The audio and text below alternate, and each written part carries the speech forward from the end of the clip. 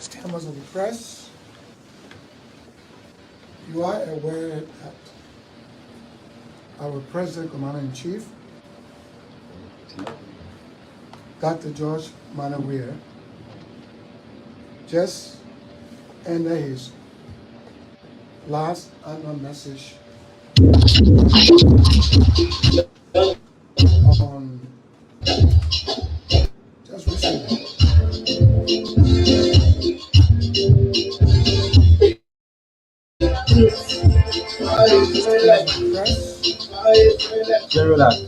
You are aware that our President Commander-in-Chief, Dr. George Manaweer, just ended his last annual message on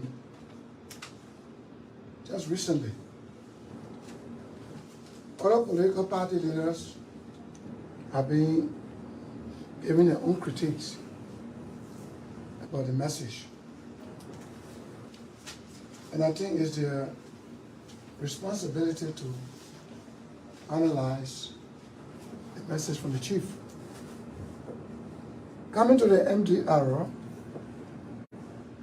as a former political leader and currently chair of the governing council. They are know where I'm coming from. Look at it here. You begging me to wear it here. You look at my phone now. Amen. All the people that coming was out today. They did the other people to come and then they join them again. For people who not let it, I bring it down to my door. I'll clean my foot before I enter. Wear it here. There's some people talking about, and that's just a coconut factory. Coconut factory is right on the other end. They are know where I'm coming from. Look at it here. You begging me to wear it here. You look at my phone now. Amen. All the people that coming was out today. They did the other people to come and then they join them again.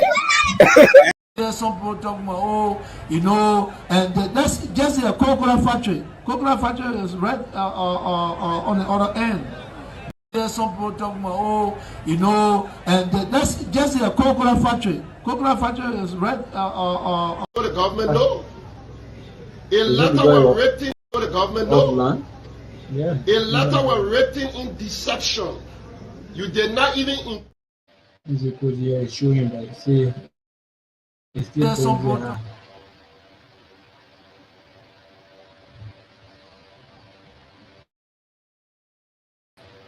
There's some people talking about, and that's just a coconut factory. Coconut factory is right on the other end. Those that every day making more saying, I work with Coca-Cola, and I work with Coca-Cola. You work with Coca-Cola, it is diverse. Laburo and find the chemical to mix chemical. It's not mixing chemical. I can mix Coca-Cola, I can make my own Coca-Cola.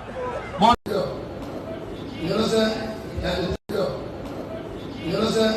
And they thought that how somebody can do that. But George, we are what the people love. And the negotiator will love you. Going outside, nobody will go outside. Because we're not protesting, we're not taking. People trying to manipulate the press. People trying to manipulate the press. I'm not blow up program. Until the people are watching home, I blow up program. So people don't impress me. Especially people that you drink people every day. They want to blackmail you. Anybody that don't want to vote for us will not be blackmailed. Anybody that will ask me for money. It's the government of Bureau that has no interest in the future of this country. This is the microcosm of the larger society. This is where young men have the responsibility to provide the next best alternative of this country. And you are subjecting us to an environment where we struggle every day to acquire tertiary education. People trying to manipulate the press. I'm not blow up program. Until the people are watching home, I blow up program. So people don't impress me. Especially people that you doing people every day when they're ready, they want to blackmail you, they do everything. Anybody that don't want to vote for us will not be blackmailed.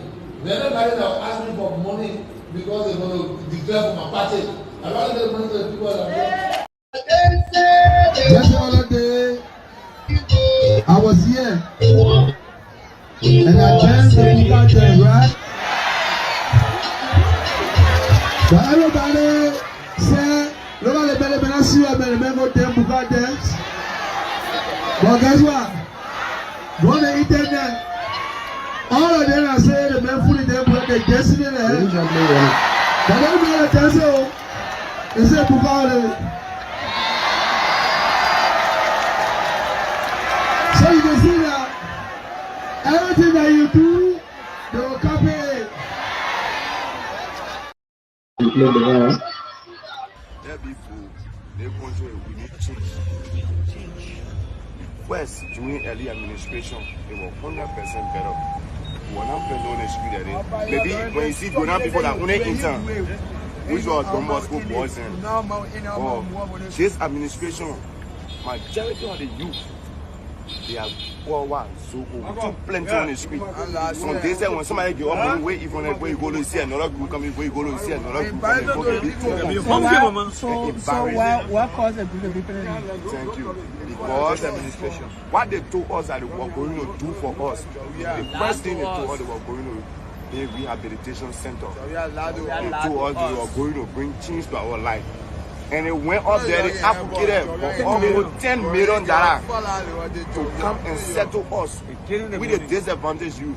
They're getting the money, still not share money. So when they share money, where you say you can help you? No, that's what we need. We don't want money. We don't need money. Money can help us. Money can help us. Money can help us. People who go to school, want to send people to vocational school, that would. And so we're here again this afternoon where this brother have come, according to him, is clear violation of the Constitution for people to do pre-campaigning. And we are here at the grounds of the Capitol building.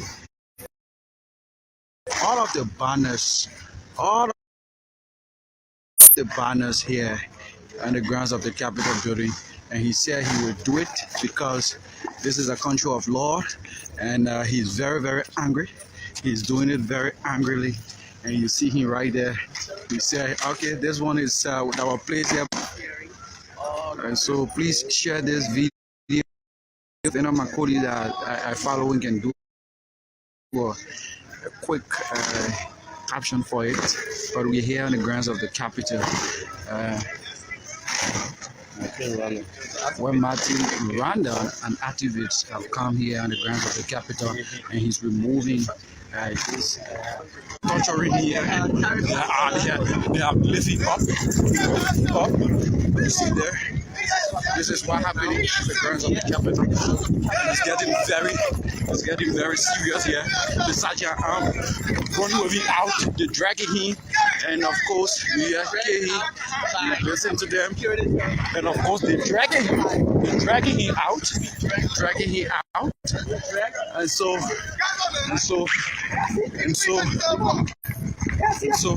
they are here. This is KFTV, and of course we're here this time, and so it's very serious here. It's very serious. Martin, what caused the action? What caused the action this afternoon, Martin? Commerce. You guys are witness. You are seeing. May I make a phone? Yes. I make a phone. Thank you, sir. You are seeing with our eyes. Now you understand that this country is a country of law. Now you understand that Liberia must stand up. Now you must realize that in fact, this country needs a revolutionary approach. Trust me, if the NDC cannot take action of this, I will come back here again for it down. I will come back here. My close everything I do me. They have naked me. They was supposed to kill us. There were poverty, there was poverty, security that dragged me also. You are a witness. You understand? And they thought that, and how somebody can do that? But George Weah, what the people love, and the grocery will love you. Going outside, nobody will go outside. Because we're not protesting, we're not thinking. You understand? Because you can't meet what you thought you can do, you laugh on small bosses, they steal money for you.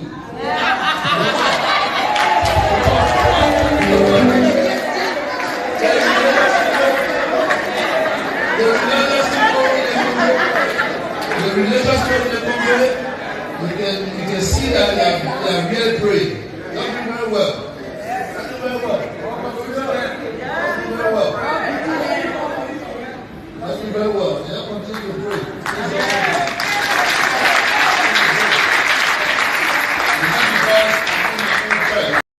It's the government of Bureau that has no interest in the future of this country.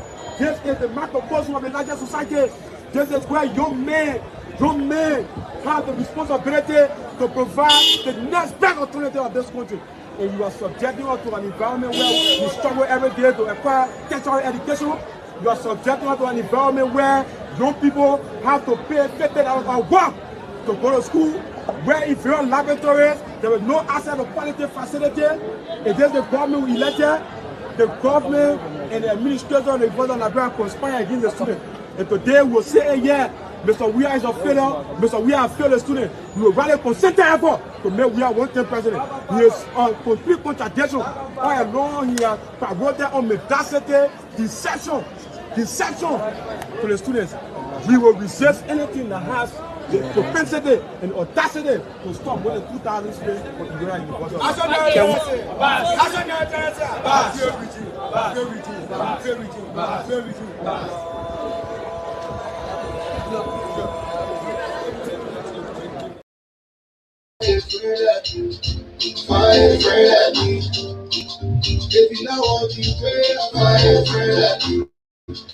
So you don't have to waste time to go sit down. But put me on a... Put him leave down, you put me on, I'll pause it.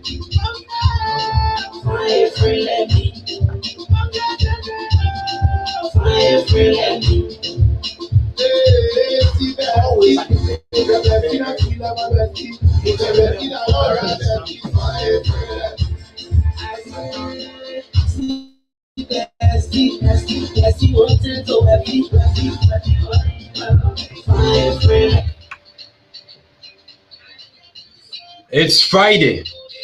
It's Friday, and this is Punch TV. The program is Trending Issues. I'd like to welcome you to the weekend's presentation of the program, Trending Issues. My name is Vonnie Dix. It's Friday. Too many things to talk about. Politics is hot in the air. Gradually,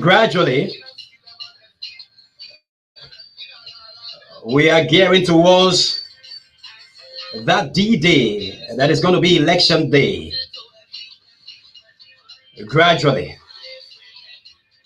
Tell your friends to tell another friend that Eugene Fagon is going to be on the platform shortly.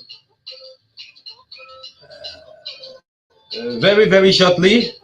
And later on by 5 o'clock, we're going to have Sheikh Mustafa Kuyate. He's leading an effort for the establishment of a war and economic crimes court in Liberia. Eugene Fagon is going to comment on a number of issues. He said, whenever I take to the media, I'm going to reveal things that are happening within the public space. And so hopefully we'll have Eugene Fagon joining us on the program this afternoon. This is the program Trending Issues. My name is Vonnie Dix. If you are there in the diaspora video, let us make this work jointly.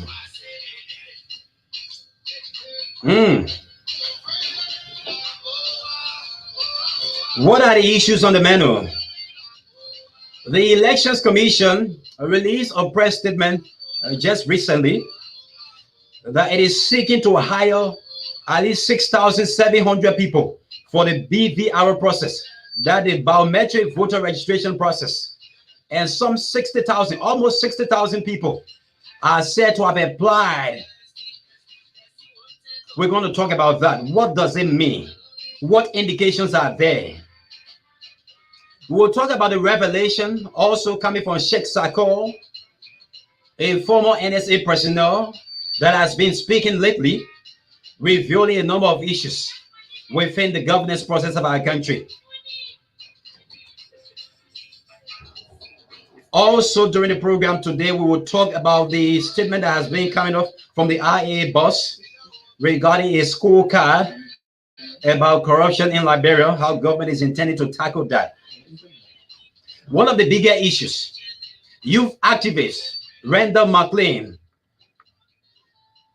went at the level of the Capitol building to stage a protest, pulling down billboards of both the opposition and the ruling establishment. McCain is saying that this is against the election law that talks about pre-electoral campaigning. He was dragged out on the grounds of the Capitol building. Cherio Seiga is going to be joining me during the program to have his thought on these trending issues. So this is it. Eugene Fagon will be on the platform to talk about a number of issues. And Sheikh Kuyate will talk about his campaign for the establishment of a war and economic crimes court in Liberia. So wheresoever you are, I'd like to say welcome. This is Trending Issue. The television station is Punch TV.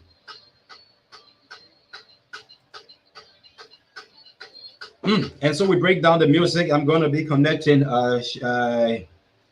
Seige on the platform this afternoon to have his thought on these issues that are trending across Liberia. Cherio, welcome. Yeah, Fanny. Yeah, thank you, Fanny. It's a pleasure to be with you this afternoon as we discuss across other issues trending in Liberia. Okay. Indeed, I'm grateful to be on the platform today.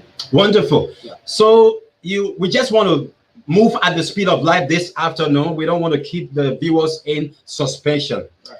You listen to the outline with the Elections Commission have been wanting to hire some 6,700 people for the BVR process, but at least close to 60,000 persons are said to have applied for the exercise. Also, you've been following the revelation coming from Sheikh Sarkor at the level of he being a former NSA personnel. He's been revealing a number of issues in our governance space. The IAA boss, they are intending to release, start the process of releasing scorecard on the issues of corruption in Liberia. But there was a key point that he struck when I listened to him, when he said to fight corruption has got to do with the political will.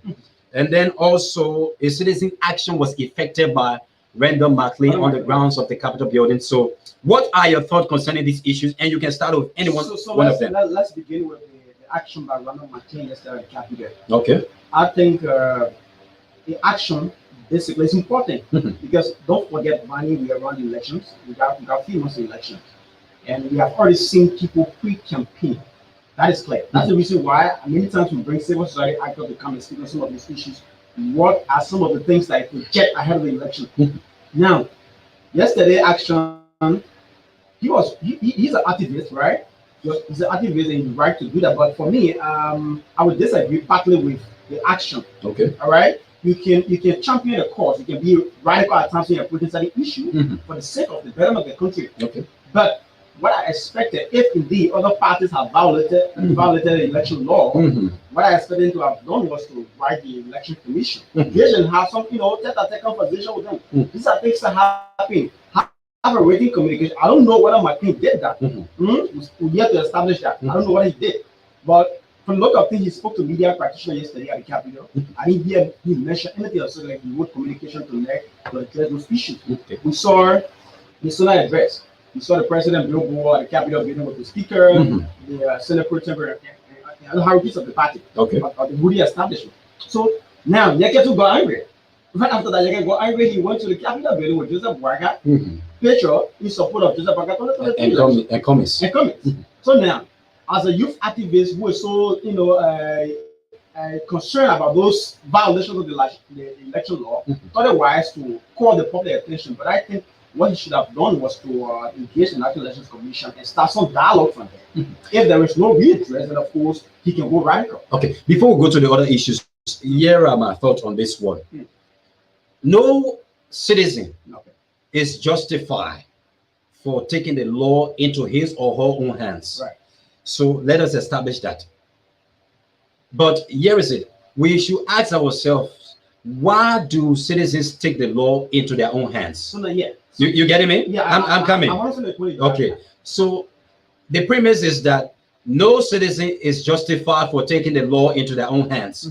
But again, we have to ask ourselves, why do people take the laws into their own hands? So here are two reasons that I have been able to establish. Right. One is when people lack confidence. You getting me? In the institutions. The justice system. Institutions, as a matter of fact, Right. that are supposed to make sure that the laws are effected to the letter. That's the first reason.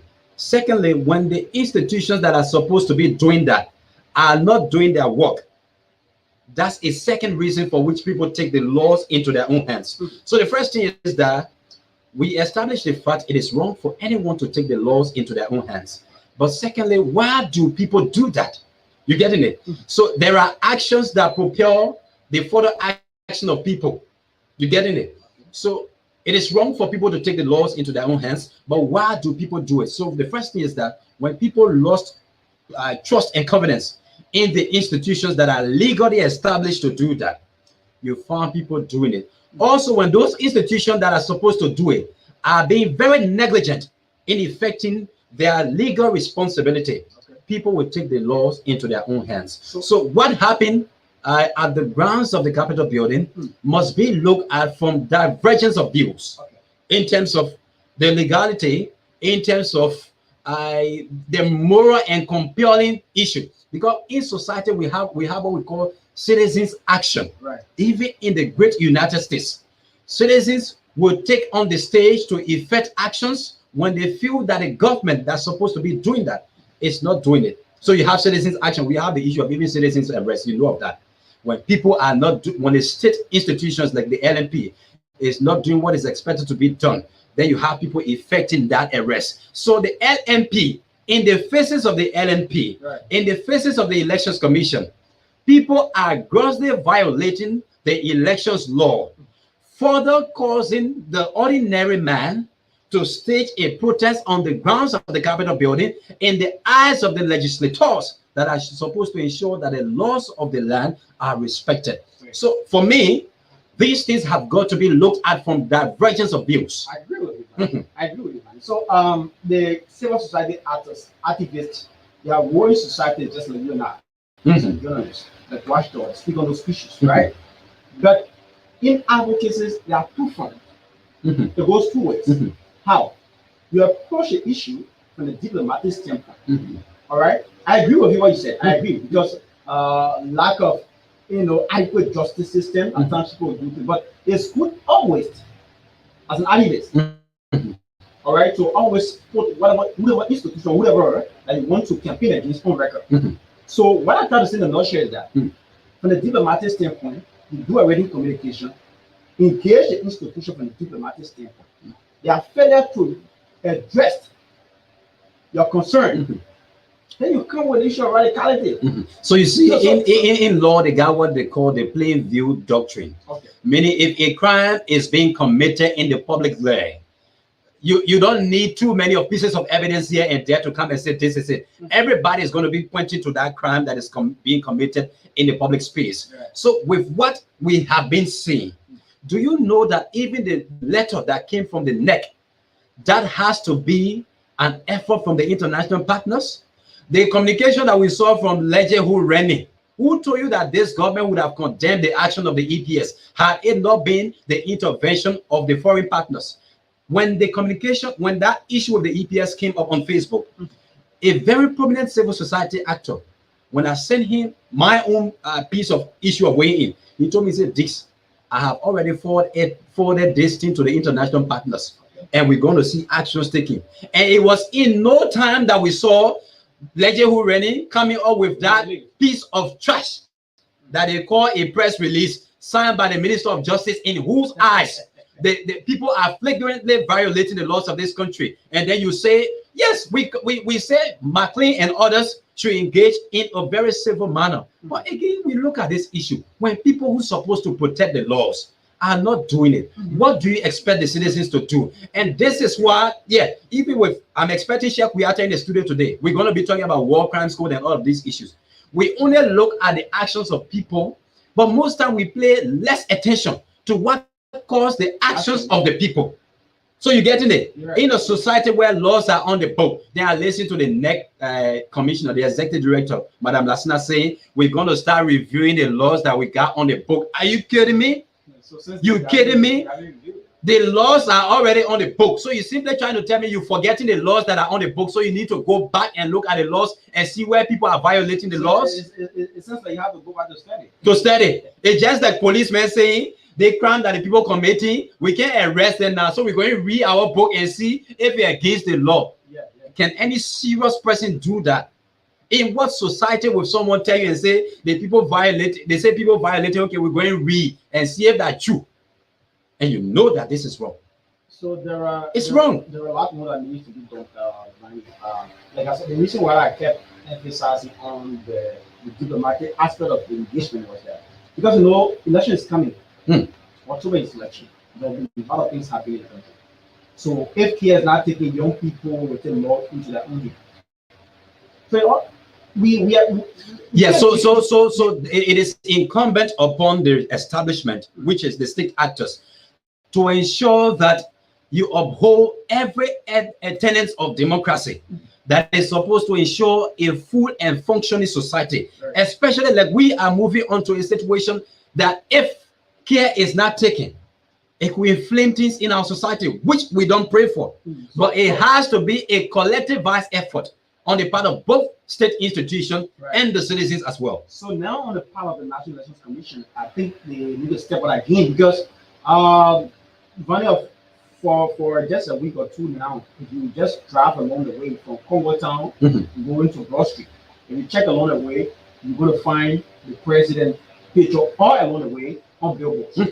That is just a clear indication of pre-campaign. You don't have to argue. You don't need rocket scientists to tell you, say, oh, they want to. That's just a clear pre-campaign. Sure. So National Elections Commission got a major role to play in this process. That's the reason why it is good that civil society actors continue also engage them, because I think a reason we had a Gosin Tama, the Matai and the rest of the guys talking about it. These are things that need to start happening on some roundtable conversation around and start to red flag it. So if it goes off in, says you will definitely get, they will take all you. Sure. So I'm very much concerned.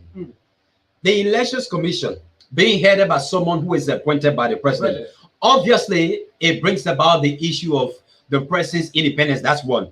You have the Liberia National Police. But that's the law. That's the law, which of course people have been calling for a change of that law to ensure that whosoever has the electoral body is elected. Then you have the LNP that is being headed by a very long-time associate of President George Weah. I'm telling you, a founding chairperson of the CDC, he said this. Do you know the relationship between Patrick Sudu and Mr. Weah? How far it goes? He said Patrick Sudu, when he was a low-ranking officer in the LNP, used to be one of those persons that when Weah came down from France or from Europe, Patrick Sudu will leave the LNP, leave his official duty to go and provide protection for George Weah from one nightclub to the other. That was what I was told when I started this process of writing a book about the CDC's journey. That was how I got many information regarding how CDC was established, the first meeting that they had at the City Hall, all of this. You think now his appointment at the LNP is a payback? Oh, his appointment is obviously a payback. Looking at the long-standing relationship that has existed between President Weah and Patrick Sudu, his appointment is a payback. And there was a podcast also that I follow for Eugene that we are about to host. And he needs a host of government officials that are in this government, that are receiving a payback from President Weah. You getting me? So they were there, long-standing relationship, and now their presence in this government is part of the payback. And Patrick Sulu is one of those, and he's heading an institution that is very essential, very key when it comes to maintaining peace and stability in our society, especially at a time that we are moving towards election. You getting it? So for those of you following, like I said, we are hoping that this will be a fiery edition with Eugene Fagon. I'm making every effort to have Fagon come online. He has informed me that he's going to be online very shortly, but I'm calling him to make sure that we have him online to come, because Fagon has said, whenever I come on, you all should know that I'm bringing something that people not hear. So we want Fagon. It's breaking news, yeah. So we want Fagon to come on and tell it that bring people what some of the issues that are unfolding in the public space. So facts and fiction. He's gonna be naming for all 10 facts in the society and 10 fictions in the society on this Friday presentation. So we will do everything to have Fagon on, because many people are on the standby to hear what Fagon has for the Liberian people. So on the issue with McLean's situation, that's just my thought about that. It is a two-way street. You look at it from the level of what state actors are supposed to be doing, and they are not doing it. Then you look at it from the level of why do people take laws into their own hands? It is because, one, when they lack confidence in the constituted authorities that are supposed to ensure the smooth functioning of a democratic space. You can have a society where people are placed into offices of trust. Then because you want to present yourself as not going against the president, you sit there and see people violating the laws that are supposed to ensure peace and stability. Then when people take laws into their own hands, we just want to descend on them with all of the condemnation. No, we have to be objective, and not subjective in the way in which we respond to these issues. Right. So I hope we also talk to our Franklin Guluki from Nimba. Okay. This issue from Nimba, you of course have been following the just in the county league. The defender, one of the defenders of Nimba, I want to get it in rightly. According to information, there was some issues, more violence that led to death, and other attributing it to, they are saying that he went to a girlfriend. So there are a lot of mixed information coming out so far from Nimba, and there are a lot of people who are concerned to know exactly what happened. So I hope that Franklin Guluki is in Ganta. He'll be on the line to share us with details of that development so far. It's a key important issue that we need to talk about. Okay. Yeah, Brian. Okay. So and another thing also have got to do with, like I was saying, I listened to the RAA boss. There was a meeting that was convened. I am told that the RAA is intending to start releasing school cards on various government functionaries regarding the fight against corruption. So there was a key point that he struck, which I want everybody to take attention on. That is when he said fighting corruption has to do with the political will. And the political will only come from the level of the presidency. It is President George Weah that has to muster the courage to ensure that the political will of fighting corruption is demonstrated from the level of the executive. It is President Weah that has to do that, not any other person. The GAC will not be communicating to you all the reports. The LSCC will not be communicating to you all the reports that are on your desk and actions that are not taken to make sure that these cases are done expeditiously at the level of the Ministry of Justice and the court process. And then you expect that corruption will be fought. Corruption is not going to be fought if President Weah does not demonstrate the political will to fight corruption. But here is the case. Look at the leader that we are calling on to fight corruption in our society. Has President Weah shown to the Liberian people that he himself is free of corruption? Someone that took public office and in no time we saw the mass acquisition of wealth. Someone that took public office and in no time we saw him erecting at least 48 condominiums. Those structures that President Weah erected on his private properties. A leader that is serious about development and the empowerment of young people. each of those buildings, you say two of those buildings, each maybe in each district, or one in each county, and use them as a factory, fill them with production issues where young people will go and work, then that leader is serious about empowering his people. I listen to and have always listened to the State of Nation address when it is being delivered. The State of Union, as you said, in the US, it is called the State of Union address. The US presidents are always providing statistics when it comes to how many jobs they have been able to create over the space of a year or within the establishment of that particular leadership.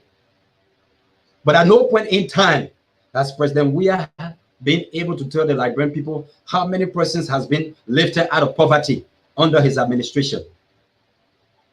That is because this government has done absolutely nothing to lift Liberians out of poverty. And so the government has no figure to tell you. This government has no figure. The government had earlier committed itself to uplift at least 1 million people out of poverty. But I listened to the Minister of Finance who said COVID disrupted that, and as such, they could not reach that target. And I said, no, it is not COVID. It is when leaders take public office and everything they do is to siphon state resources for their personal use. That's when you don't achieve your goal. Every time you listen to government says challenges, the issue with that challenges that they talk about, which is a coded word, it is corruption. Challenges for the government of Liberia under President Weah, it is a coded word for corruption. So whenever you hear the Minister of Finance says challenges or the President says challenges, he's telling you that corruption has made us not being able to achieve a certain target that had ever been earmarked. So that's just it. The fundamental issues that are underpinning the impediment of growth and development in this country under President Weah is nothing else other than corruption. Nothing. When each minister is building structures from one county to the other,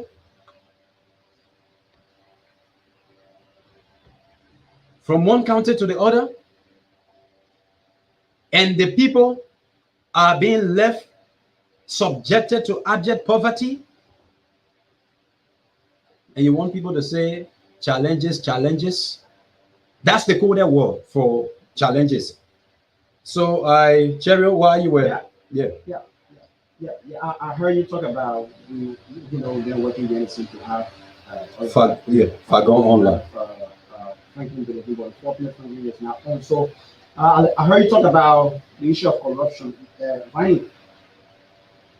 Corruption, I tell you no lie. Corruption is clear. Every nation that must go. When the whole thing of corruption is started, trust me, there will be no growth. Because corruption is the fabric of the nation. Where one man takes something that belongs to the entire nation and just want to enrich himself one night.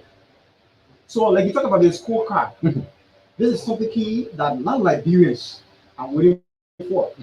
All right, that will also determine, that will also draw the courage, ahead of the election.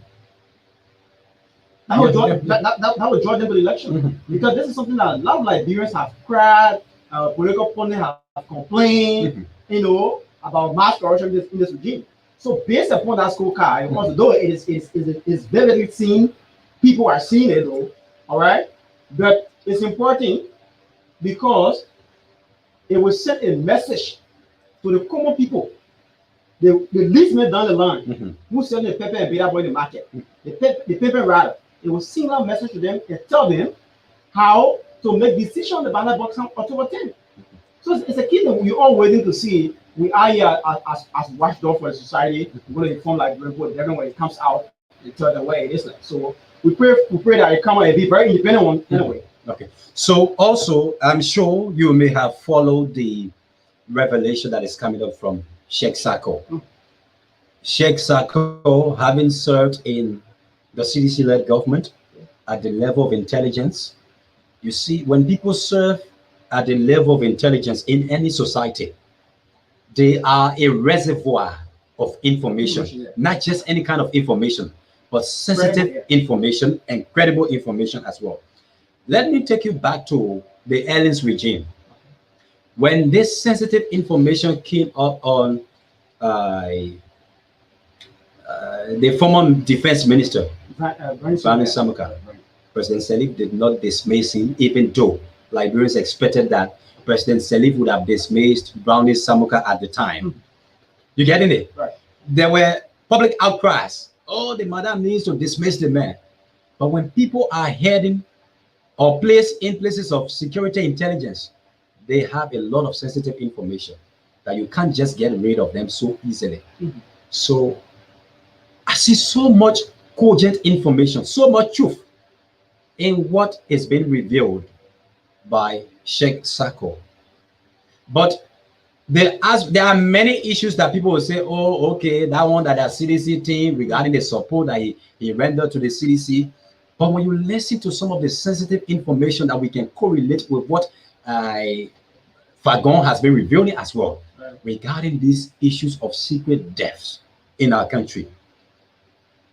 When you look at the deaths of auditors who are said to have been in possession of damaging audit reports on the government, and then Fagon earlier admitted, you getting me? He earlier intimated that these people did not die the death that were reported by the government through its reports.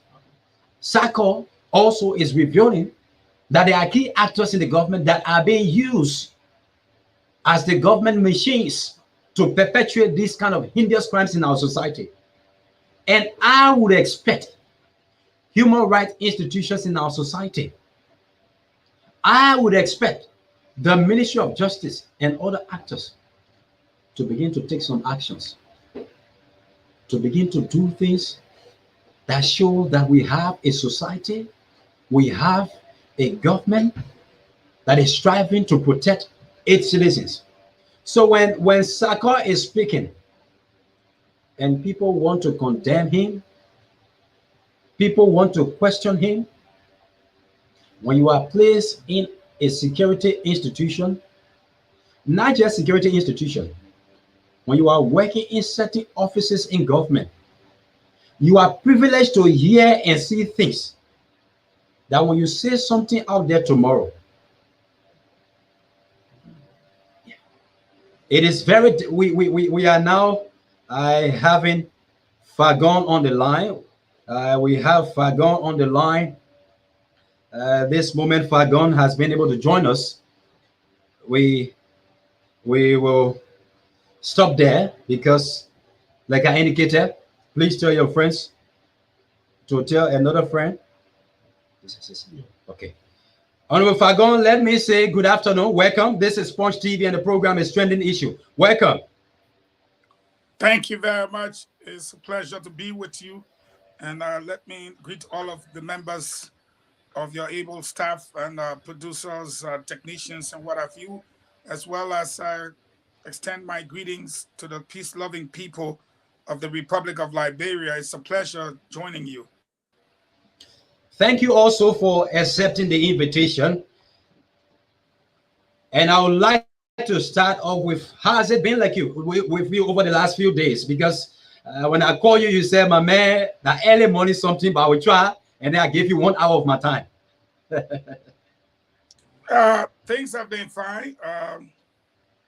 Nobody is perfect. No condition is perfectly given to any human, but we make the most of our time. And okay. We're happy that we are alive. Some of our friends are dead, so we cannot wish for anything better than to say thank you, Jesus. Thank you so very much. And so on this afternoon edition of the program, we will seek to solicit your views on some key trending issues in our country. We will solicit your views as well on the recent State of Nation address also that was delivered by His Excellency President George Weah, and a number of other issues. But first, we want to start off with fact versus fiction, a podcast that is beginning to take center stage in our public discourse.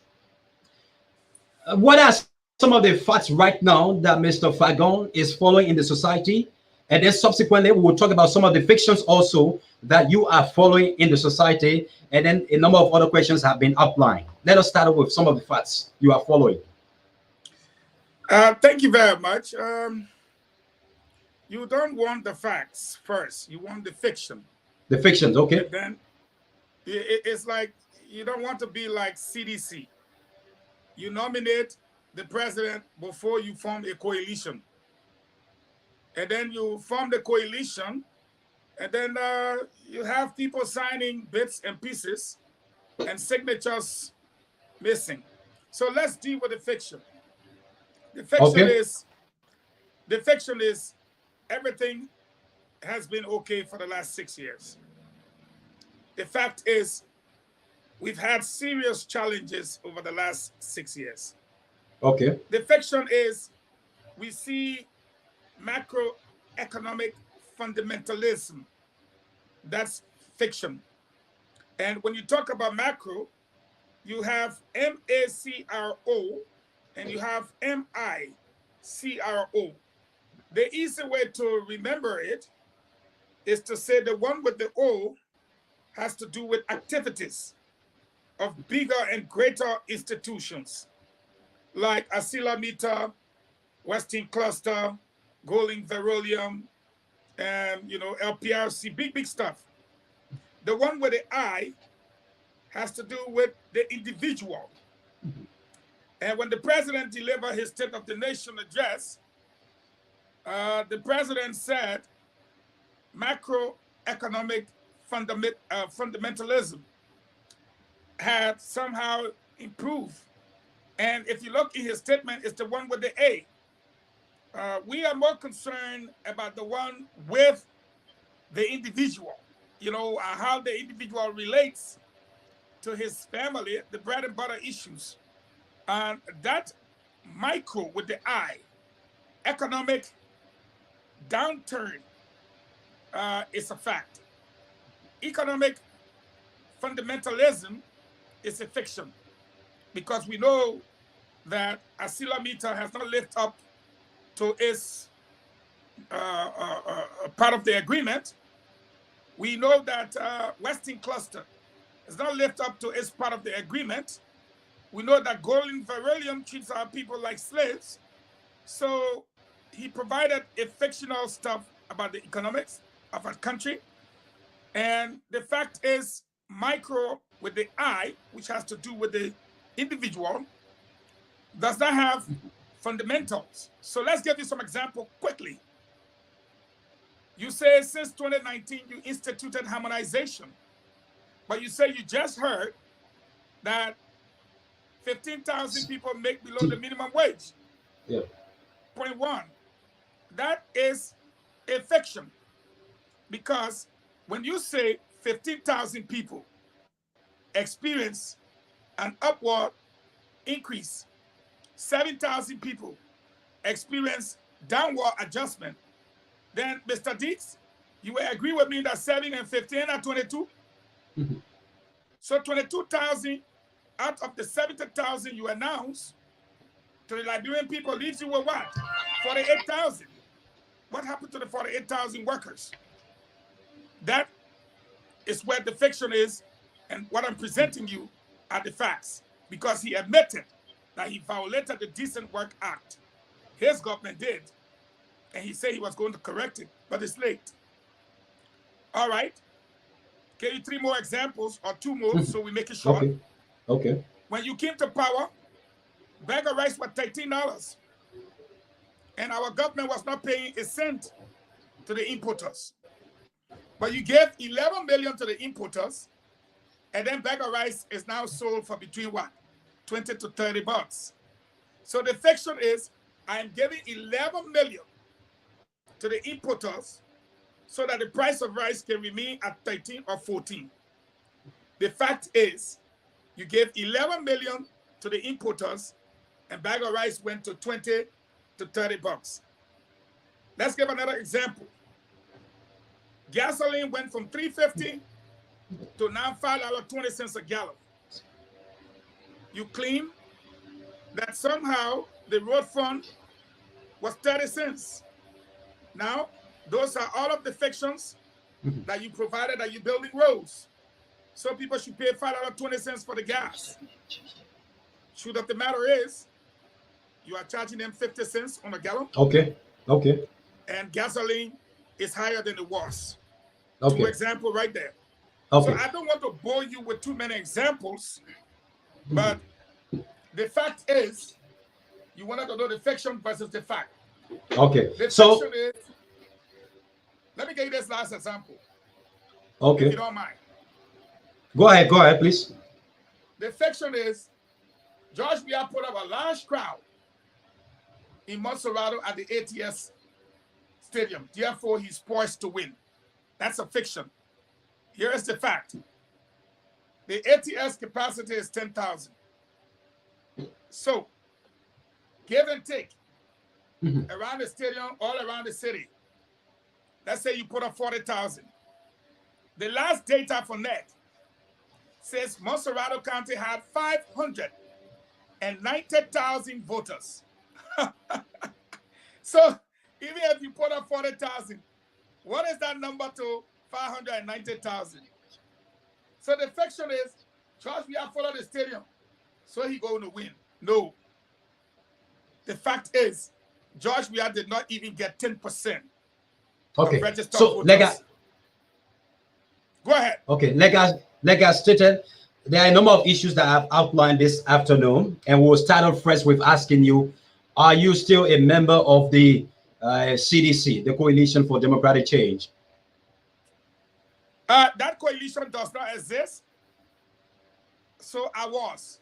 And I know your next question will be, what do you mean it does not exist? The coalition document of which I am part, right? I'm not part of the Congress. You know what a coalition is? Sure. All right? So that coalition document expired November. So instead of renewing it, they've been running around doing yaba. So the truth of the matter is now, they are now putting the document together to take it back to NET. So technically, the Coalition for Democratic Change does not exist. I was part of the coalition. Okay. And in addition to that, there was an attempt also to sign a coalition document which saw the absence of Alex Tyler and Barney. What's your take on that as well? Makes the document fraudulent. The first agreement had 3 signatures. The chairman's signature, the secretary general's signature, and the political leader's signature. In this case, the first signing with NPP, we are signature, we didn't see we are signed. His signature is not there. Joel signed on behalf of the NPP. But from the coalition, from the Congress side, the Secretary General signed, Molu, the chairman, signed, George Weah did not sign. From the NPP side, Joel signed, Andrew Peters signed, but the chairman did not sign. From the LPDP side, Mose Colley, the chairman, signed, the Secretary General, what's the boy name from Labor Ministry? I'll give it to you just now. He signed, but then guess who are missing? The political leader. Yeah. So in all 3 signings, 1 key signature was missing. Then you go back to previously, everybody sat to the table and signed. This one, they're taking it to people in bits and pieces. So it tells you that the whole thing is fraudulent. But there are people who say, despite the critical stance that Fagon is taking, there is going to be this likelihood of you eventually supporting President Weah in the October elections. Will you support him? Is there a strong... Go ahead. They are entitled to their opinion, but not their own fact. I have made it clear that at the end of March, the dust will settle. And when the dust settles, my friend can say we'll know who be who. So let them not be in a hurry. If they don't mind, I will encourage them. Just hold on a second. I want to adjust my camera. Okay. Because you have to look into the camera when you talk to people. I think it's only respectful. You agree with me? Yeah, and the audio is even getting much better. Yeah. So now, you see? All right. So what I can tell them is that by the end of March, there will no Fagon. And you, Mr. Deeks, you know fully well when Fagon take a side, he goes all out. So in this case, my utterances, or if you like, my opinions, it's just to inform and enlighten people. Like what you and I just talked about. They are all facts. We did not see George Biasani for the Congress. Allah? Yeah. US Certainly. Andrew Peters sang, but James Barney did not sing. Allah? Okay. Okay, sure. On the LPDP side, the chairman Mose Kwali sang. The Secretary General Eric Baye, he sang. But Tyler did not sing. Allah? So again, sure. So you see, I deal with the facts in my opinions. And then people think I'm picking a side or I'm doing this. No, I'm not.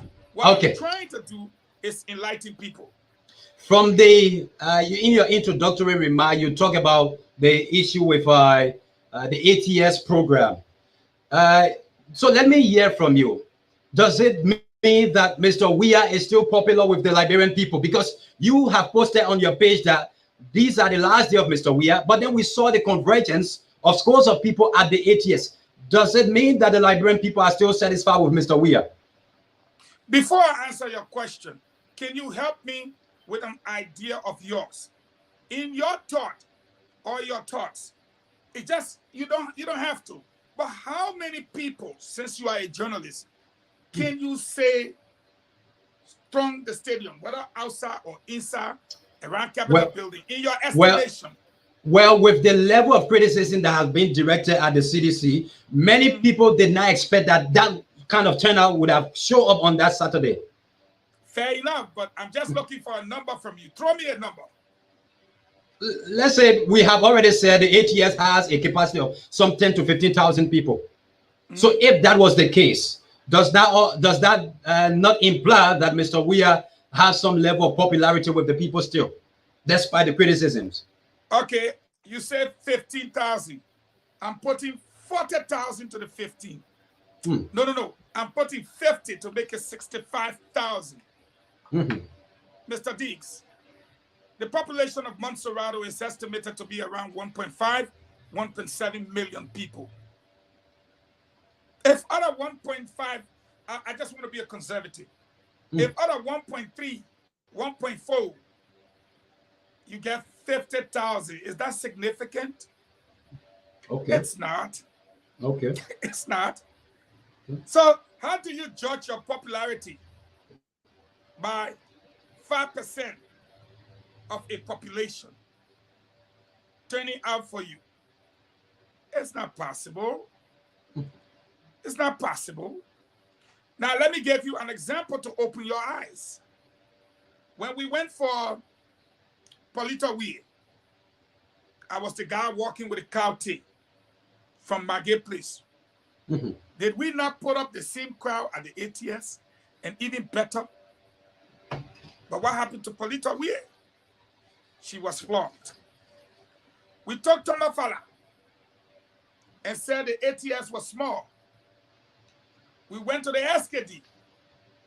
We put a crowd. More than what you saw at ATS.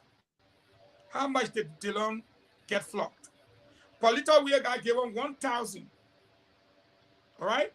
Dillon beat her by 100,000 votes for taking ATS. But when we took SKD, which is 3 times the size of ATS, you know what Tomafala beat her with? 200,000 votes. So if crowd could win elections, then Dillon should not be in the Senate. Because he never at no point put up any crowd. But he beat us massively. Mr. Fagon, makes me scared. It means President Weah is not popular. Okay. With all of these issues, you have an opposition community that seems to be fragmented and further degenerating into more fragmentations.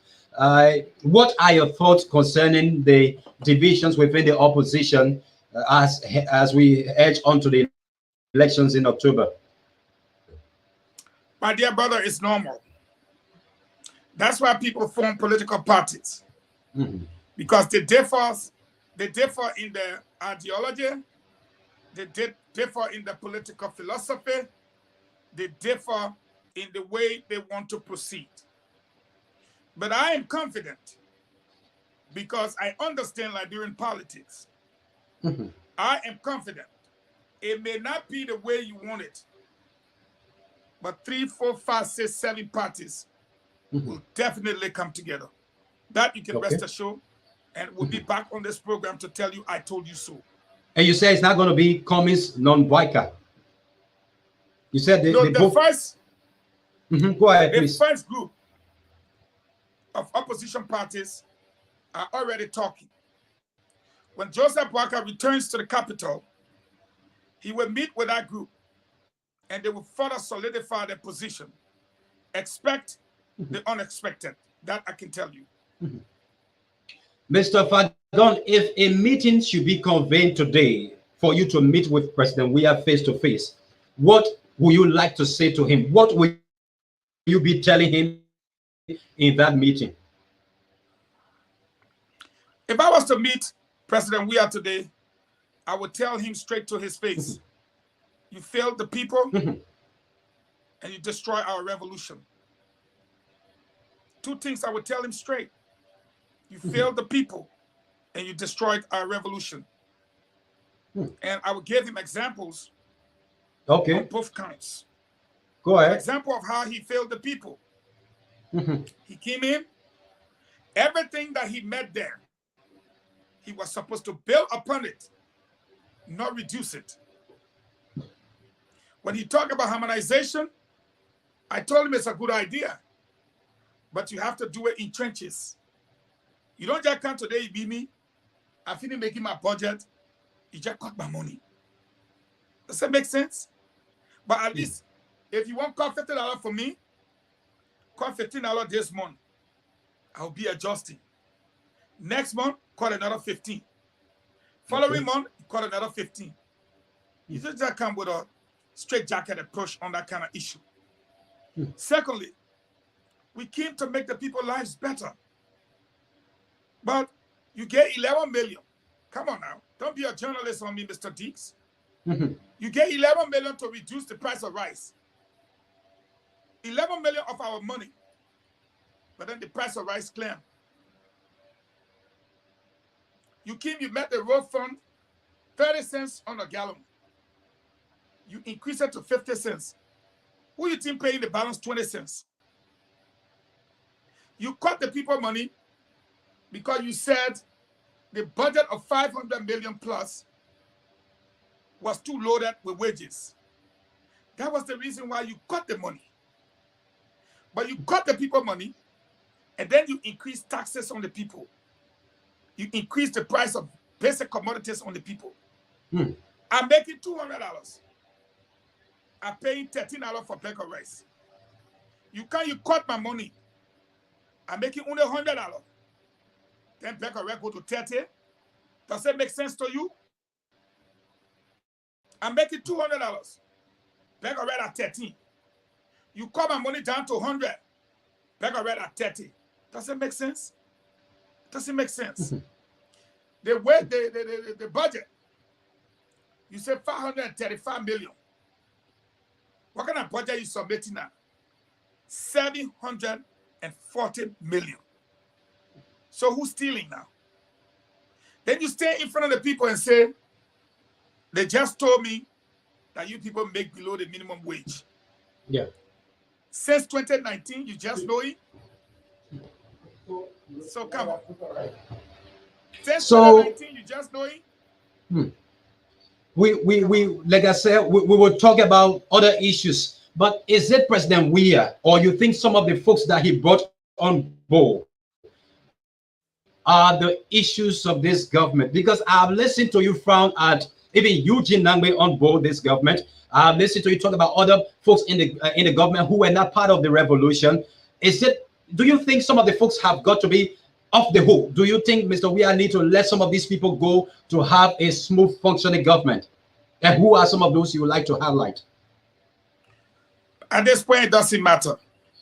When I was a little boy, my mother said, name your senses. So I'll start hearing, seeing, smelling, tasting, and feeling. And guess what? She will pop me on the head. What did I tell you? And I will always tell her, 5 senses, it will be me again. You know why my mother was whipping me? Because what we were taught in school is to say, my 5 senses are hearing, seeing, smelling, tasting, then we speech ourselves, and feeling. You don't have to learn what you are taught all the time. Sometimes you need to improve on it. I have 6 senses. Me, if I go, I got 6. And I know you know the 6th sense. It's common sense. Nobody teaches you common sense. Sure. You don't go to school for that. You don't go to school. They got no course called common sense. But if you are taking a square and putting it in a round hole, you know it will not fit. Who need to tell you? Common sense need to tell you that a round shape will not accommodate a square peg unless that round shape is bigger than the square. Common sense. So President Weah is to equally blame. How do you come to power and say, change? I want to change, Mr. Diggs. But you come to power, you maintain Eugene Nangbe as the information minister. Is that change? You maintain Vani Salif from the early government as the Minister of Internal Affairs. Is that change? You maintain Zianka from the defense sector. Is that change? You maintain Ogbeson Gafile is a good guy, you know, but Samuel Wulu,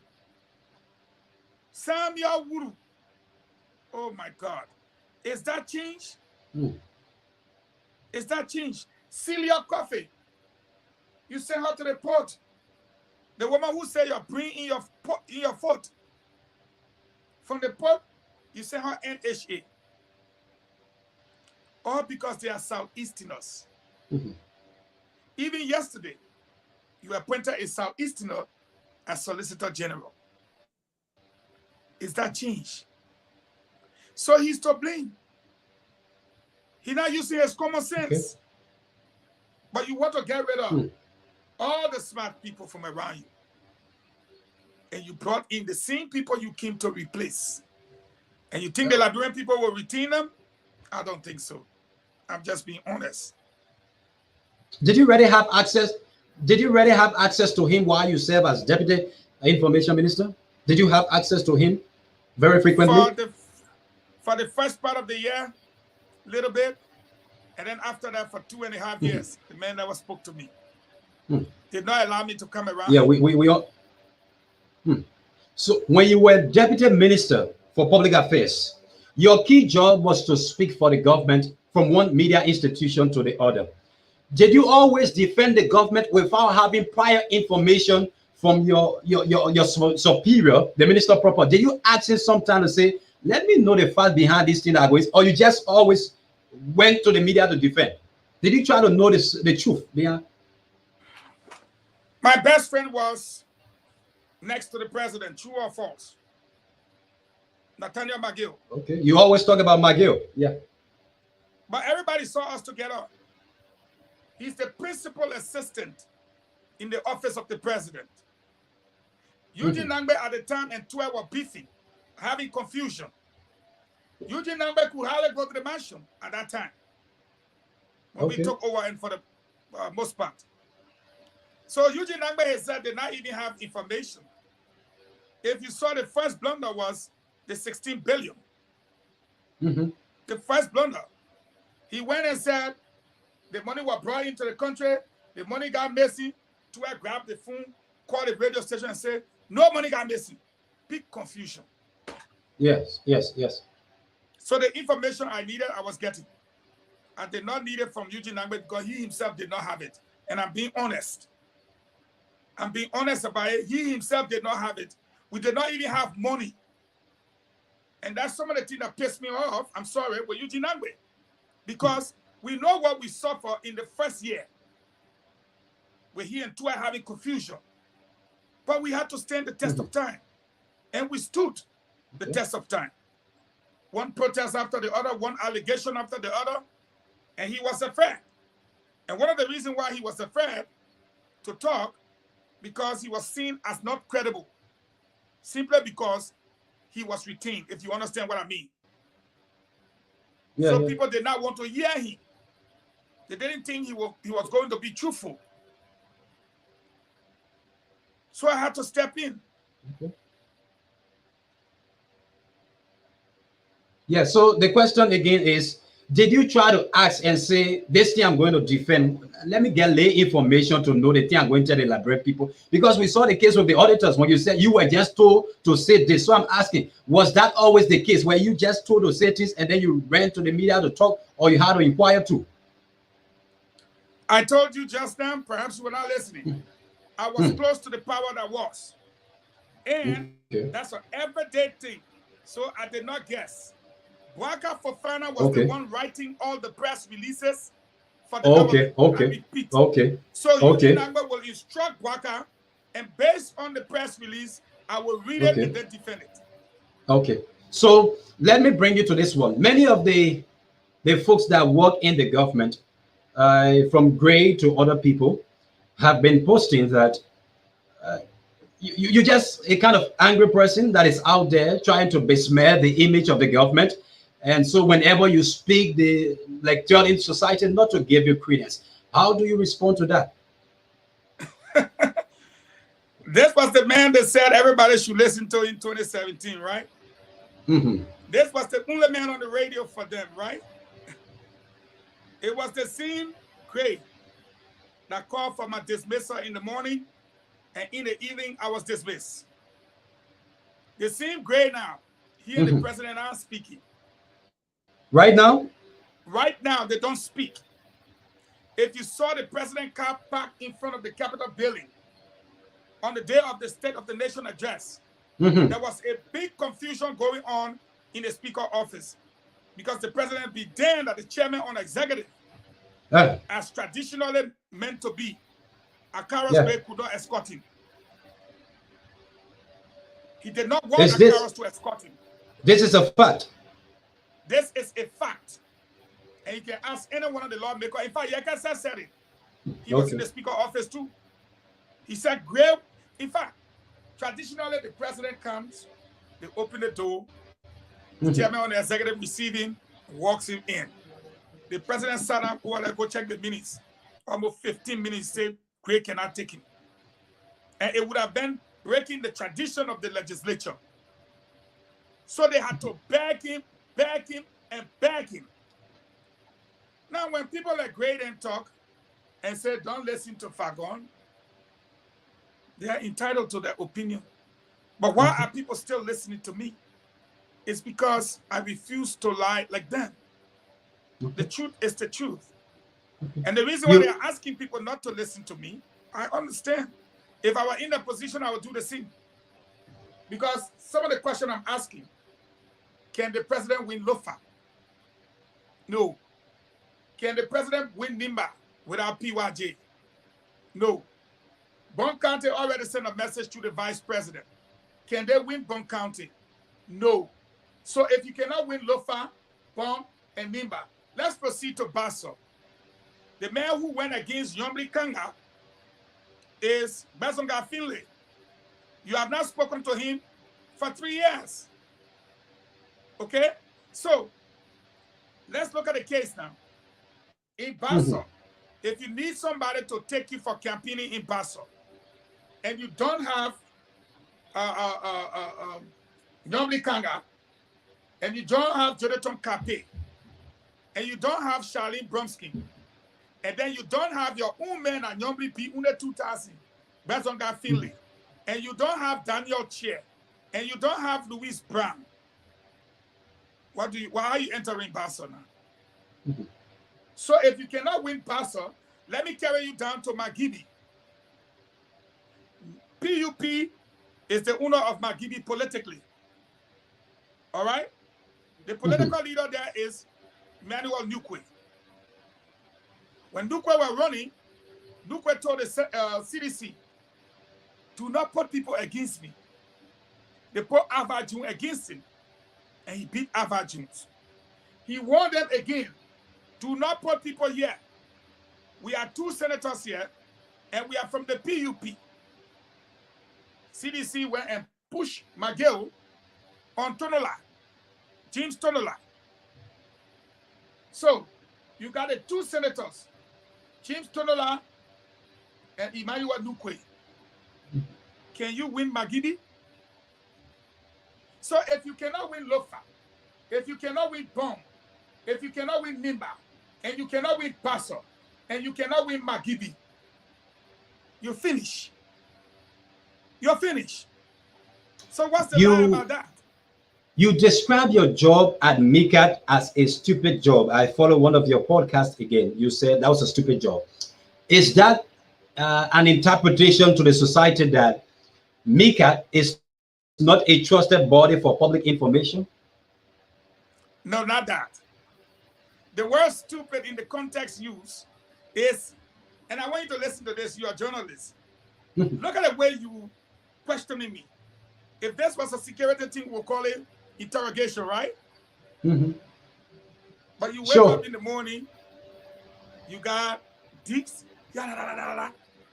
Clarence Jackson, Kelly Demi, Henry Costa. How many ears do you have? So this is how I used to work. See my 2 phones? 3 used to be in front of me. Hello? Yeah, is this Punch FM? Yeah, Mr. Diggs. I think what you're saying is untrue. And I think we need to, by the time Diggs and I hang up, hello, is this Clarence Jackson? Yeah, okay, FM. This is Deputy Minister Fagon. By the time I'm finished, is this Kevin Demi? It's a stupid job. It makes you look stupid. Before you can come down the step, journalist, foreign job, it's a stupid job. But you are being well paid, though. You were being well paid. You were being well paid. You get paid the same money the other poor get paid. The other poor who do it like this, you get paid the same money they get paid. Which people? Who are those that do like this? Or some of the lazy ministers you got in the government that don't do anything, that their ministries are literally dead. Do you know that some of us have forgotten some of the ministries? Do we have lazy ministers in this government? People are being paid taxpayers' money? We definitely Mr. do. Fagon, who are they? Who are they? I say we definitely do. Now, if you say the government is not performing as it ought to be, look at what you have seen with Asila Mito, Western Cluster, 2 examples. What would you say of the Minister of Lands and Mines? Okay. Look at the National Investment Commission.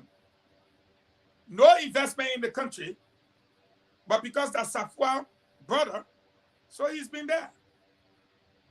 Look at Nokal. Look at Safwa Gray. Look at Gender Ministry. What's the progress? Look at Transport Ministry. You think people should be supposed to be trucking 50 tons of iron ore on a quota road that wasn't meant for that? 78 trucks making 2 trips a day? You got a bunch of lazy ministers. Even the Minister of Finance is lazy. Because the president said, I just got to know since 2019, that's an indictment not only on the government, but the finance minister. Okay. And you were treading on the part also of the infighting within the government. I would like to know, to what extent is it impeding the smooth function of the government? There is a latest one that we saw on Facebook with Fambule and Maxwell Kimaya. There was also a recent one at the Transport Ministry with Sam Lu and his deputy. What was your experience like within the government regarding this infighting? What about me? I don't want to talk about the other people. I want to talk about my own. Go ahead. Go ahead. When Ledger who took over, he said he came to make sure I resign. Okay. And Ledger who, for the 6 months or so we worked together, we weren't even speaking. Tell me something. We had one meeting, one time. And that was it. That was it. Even on the counter tour. Wow. The money that was given, he shared it with Kwame, and they left. But almost every counter they went in on the first leg, I was present. Because I was riding with my girl. How do you leave the Deputy Minister for Press and Public Affairs behind? And the president goes on a county tour. Who is supposed to inform the Liberian people? But he thought he was doing it to me. When he said, oh, the president said he wants to see that man. President said he wants to see me. Okay. But he was the same one I went in studio and said that the president was not even speaking to him. He had not seen the president for a long time. He said, Father, Lord, can I cook cabbage? And I told him, why you think I was cooking pepper soup? For 2.5 years, you looking for Father, Lord, to cook cabbage. For me, they gave you $5. Then you say, Father, Lord, can't cook cabbage. For me, they gave me no money. But I still went to the creek, I fishing, I caught buka, I cleaned it. I caught chikisu leaf, I put it inside, I patched Benesi, I went to the old cassava farm, I got the cassava from there, I made greater dumber, and I fed the people. Okay. No money, they gave me no money. But you they gave $5, they said $5 can't cook cabbage.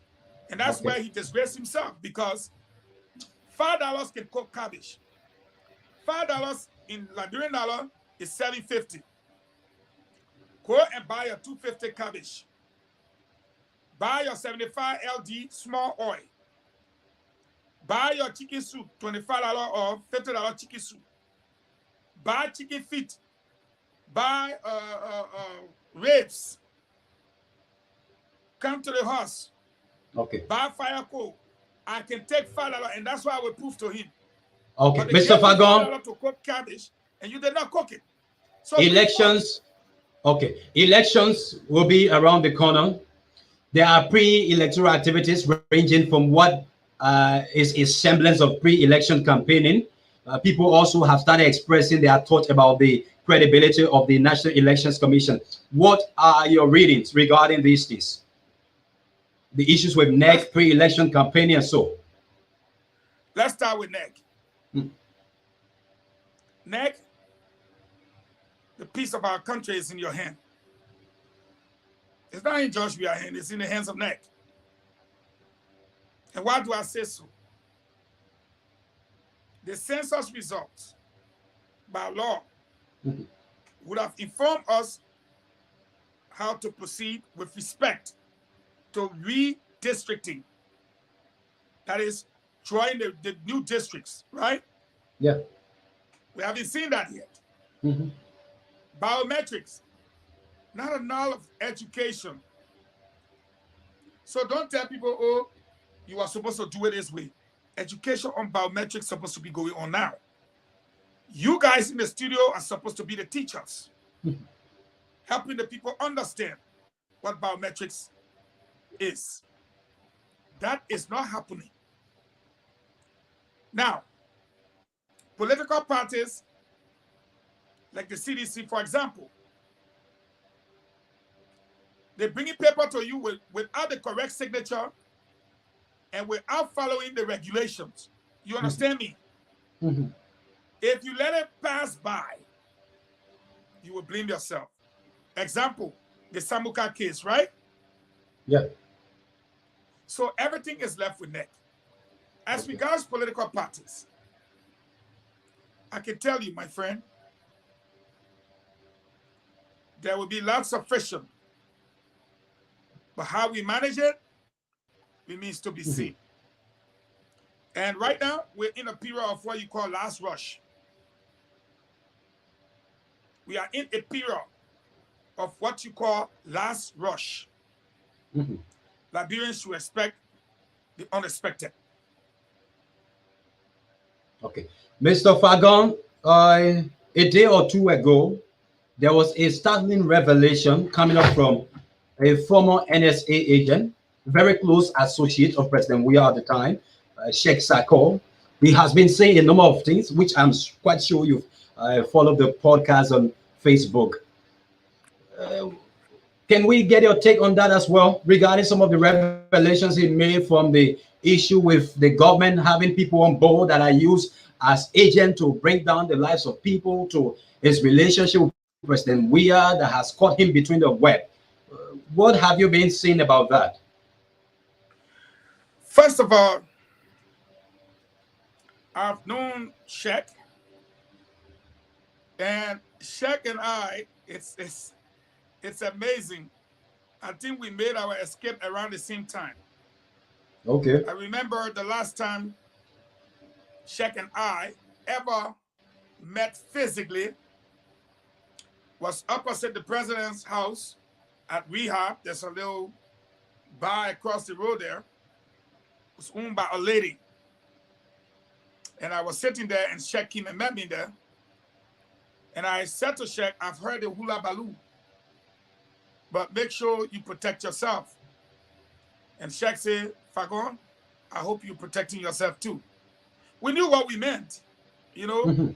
And I said, I hope you're carrying your baby with you. And Sheikh lifted up his shirt, and I saw his Glock. And I lifted up mine, and my Glock was right there. Yes, that's the kind of government we're in. You can ask Sheikh anything. But Sheikh and I... So you're in the government and you're insecure? Of course. Of course. You're working in government as a minister, yes, and you're insecure? Of course. You were carrying gun? Of course. Of course. I took... You felt there was a threat to your life? Okay. Not only from... hey, let's be honest. I was calling people scalawags, ragtag children of the laser chapel. Yeah, then you say you went out like something like better walking, they will beat you like market dog. But I took, this is why I want to tell you why I carried the Glock. Okay, go ahead.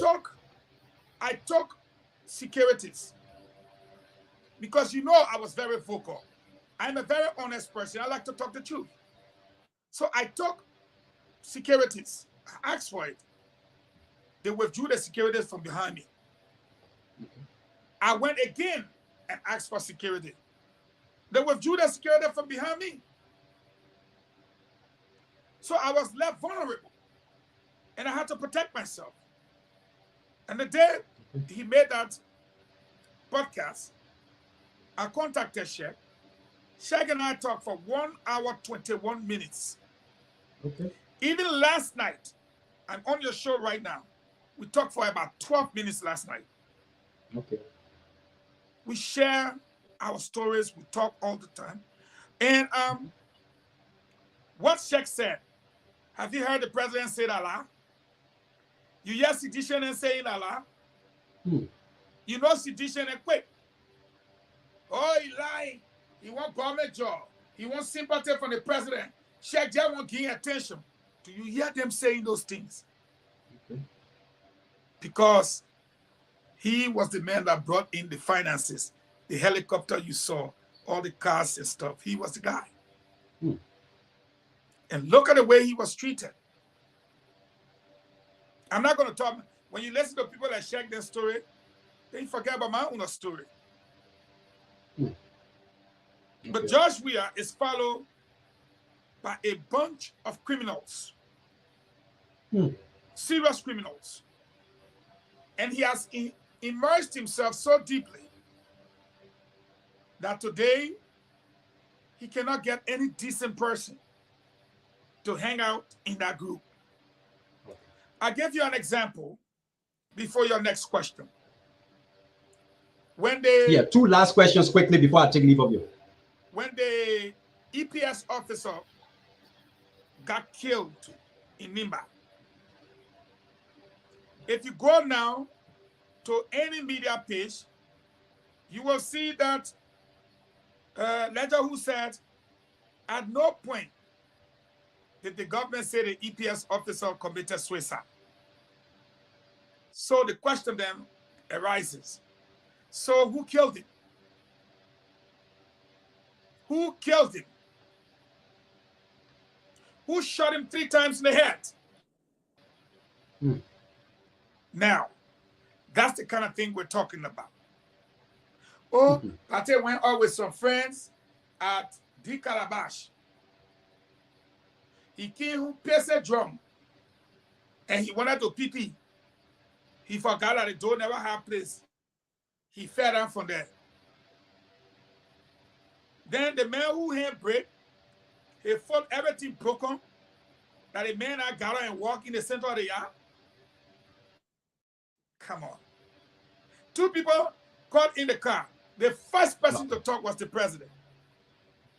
What did the president of Liberia say? The 2 people were in the car making love.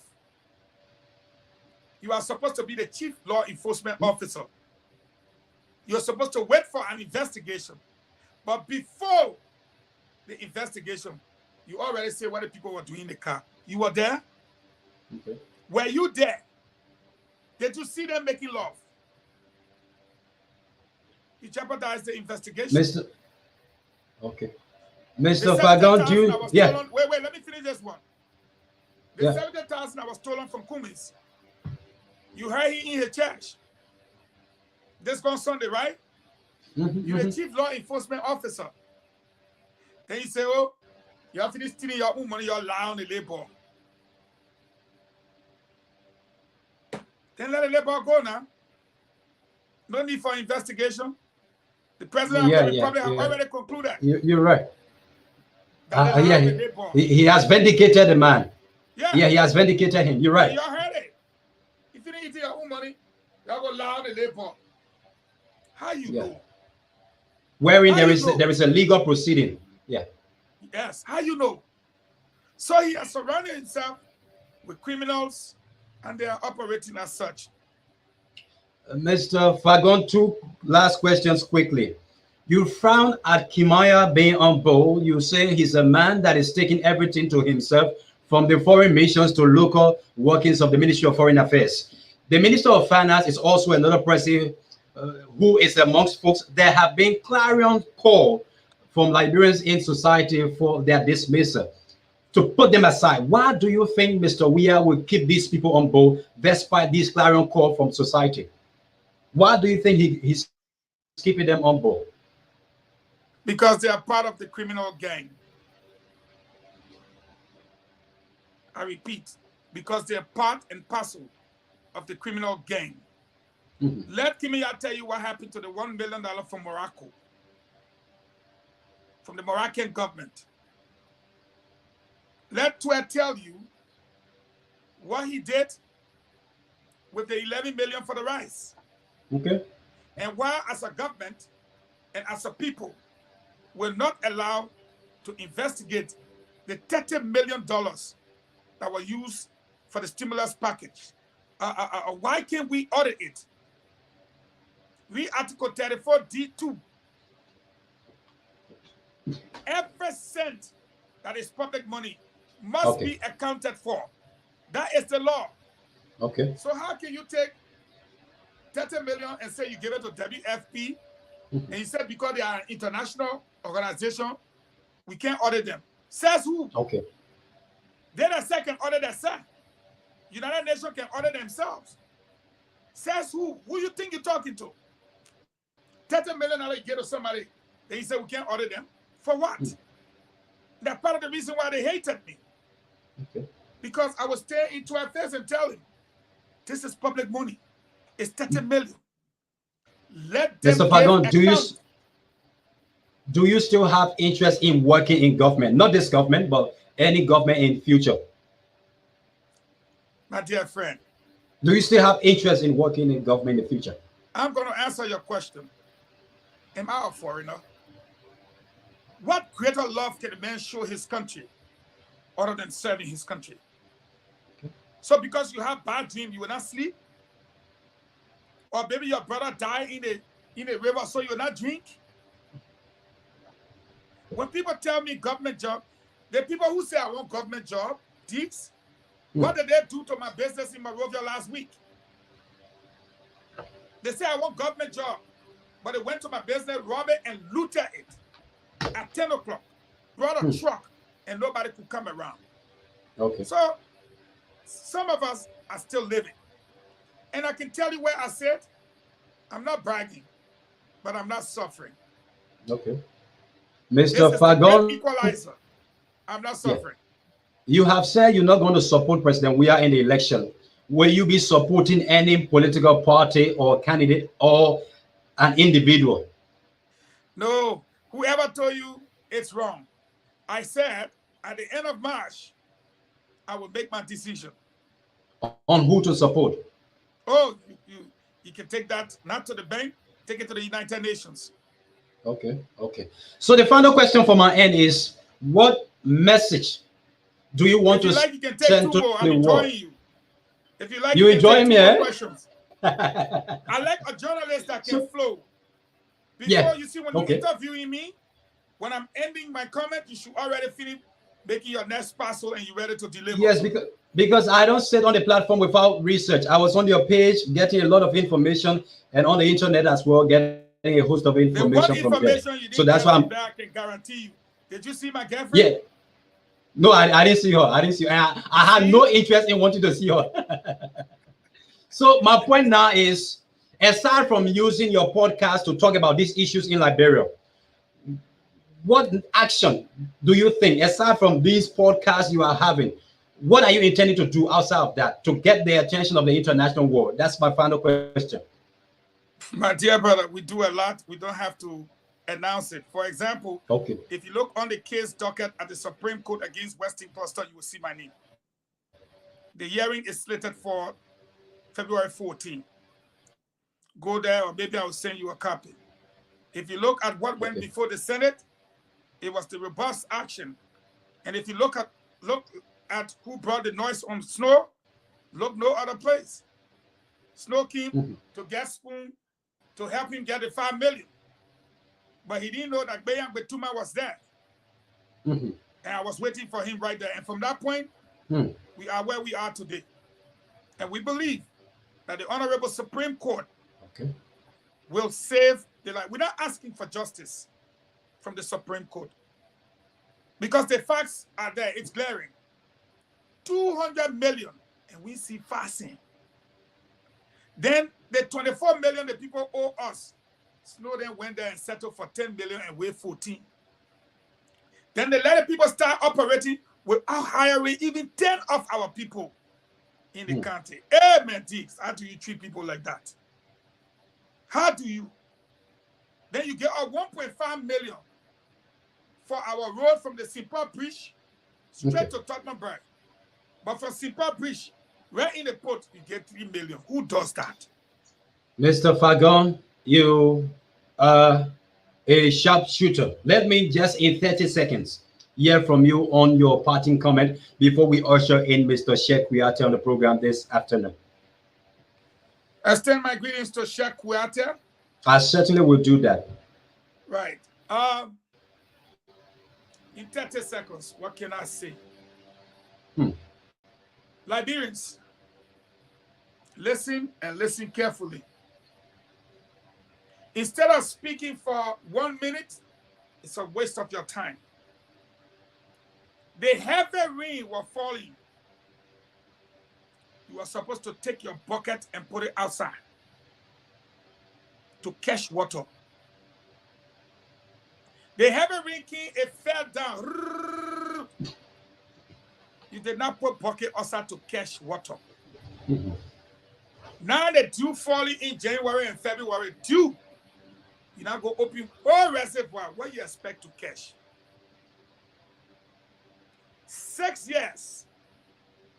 This president, I will not lie, he paid market. He paid football fee. But where are you? If you enjoy in the last 6 years, if you have enjoyed in the last 6 years, if things have been okay in the last 6 years, if you saw your way clear in the last 6 years, then he's your president. Okay. But if you have not seen investors, you have not seen money, they cut your money. You got to send your children to school from ABC to 12th grade before they get tuition-free university. I don't need to go into all the other details. Price of gasoline going up, bag of rice going up, wages going down, everything's cut out. The only thing you can hear in government, Fina, Jefferson, Carrasco, Samuel Tuer, President Weah. That's the only thing you can hear. Our government is bigger than that. So I will say to the Liberian people, the choice is yours. But to you, Mr. Deeks, I was the lead campaigner in 2017. I brought the devil outside. When I say I, that means that me alone, but I mean you interviewing, right? Yeah, sure. So let me talk for myself, right? I brought the devil outside. I didn't bring the devil outside to come eat the people cheering. I did not bring the devil outside to come eat the people food. So what you tell me do to the devil? The devil outside to kill the people cheering, like Bate Niswa, like Gifty Lama, like Albert Peters, like Josh Fambutu, like Matthew Innes. I did not bring the devil outside for that. So I owe it to the people to carry the devil by inside. And I will carry the devil by inside. And trust me on that. Mr. Fagon, thank you. Thank you very much that you accepted the invitation on a short note. Thank you so much. My brother, La Society, when your friend call you, go there. Okay. Thank you. Thank you so much. Former Deputy Information Minister for Public Affairs, Eugene Fagon, was with us in a moment on the show talking about a number of issues in government. He also talked about his experience in the government as well. So we will be running for this very brief break, and then we'll come back with Osho in Sheikh Al Mustafa Kuyate, one of the lead campaigners for the establishment of a war and economic crimes court in Liberia. Please stay with us in a jiffy. You understand? And we thought that how somebody can believe that of George Weah, what the people love, that the negotiator will love him. Going outside, nobody will go outside. Because we're not protesting, we're not taking. You know because you can't meet what you thought you can do, you laugh on small bosses, they steal money from you.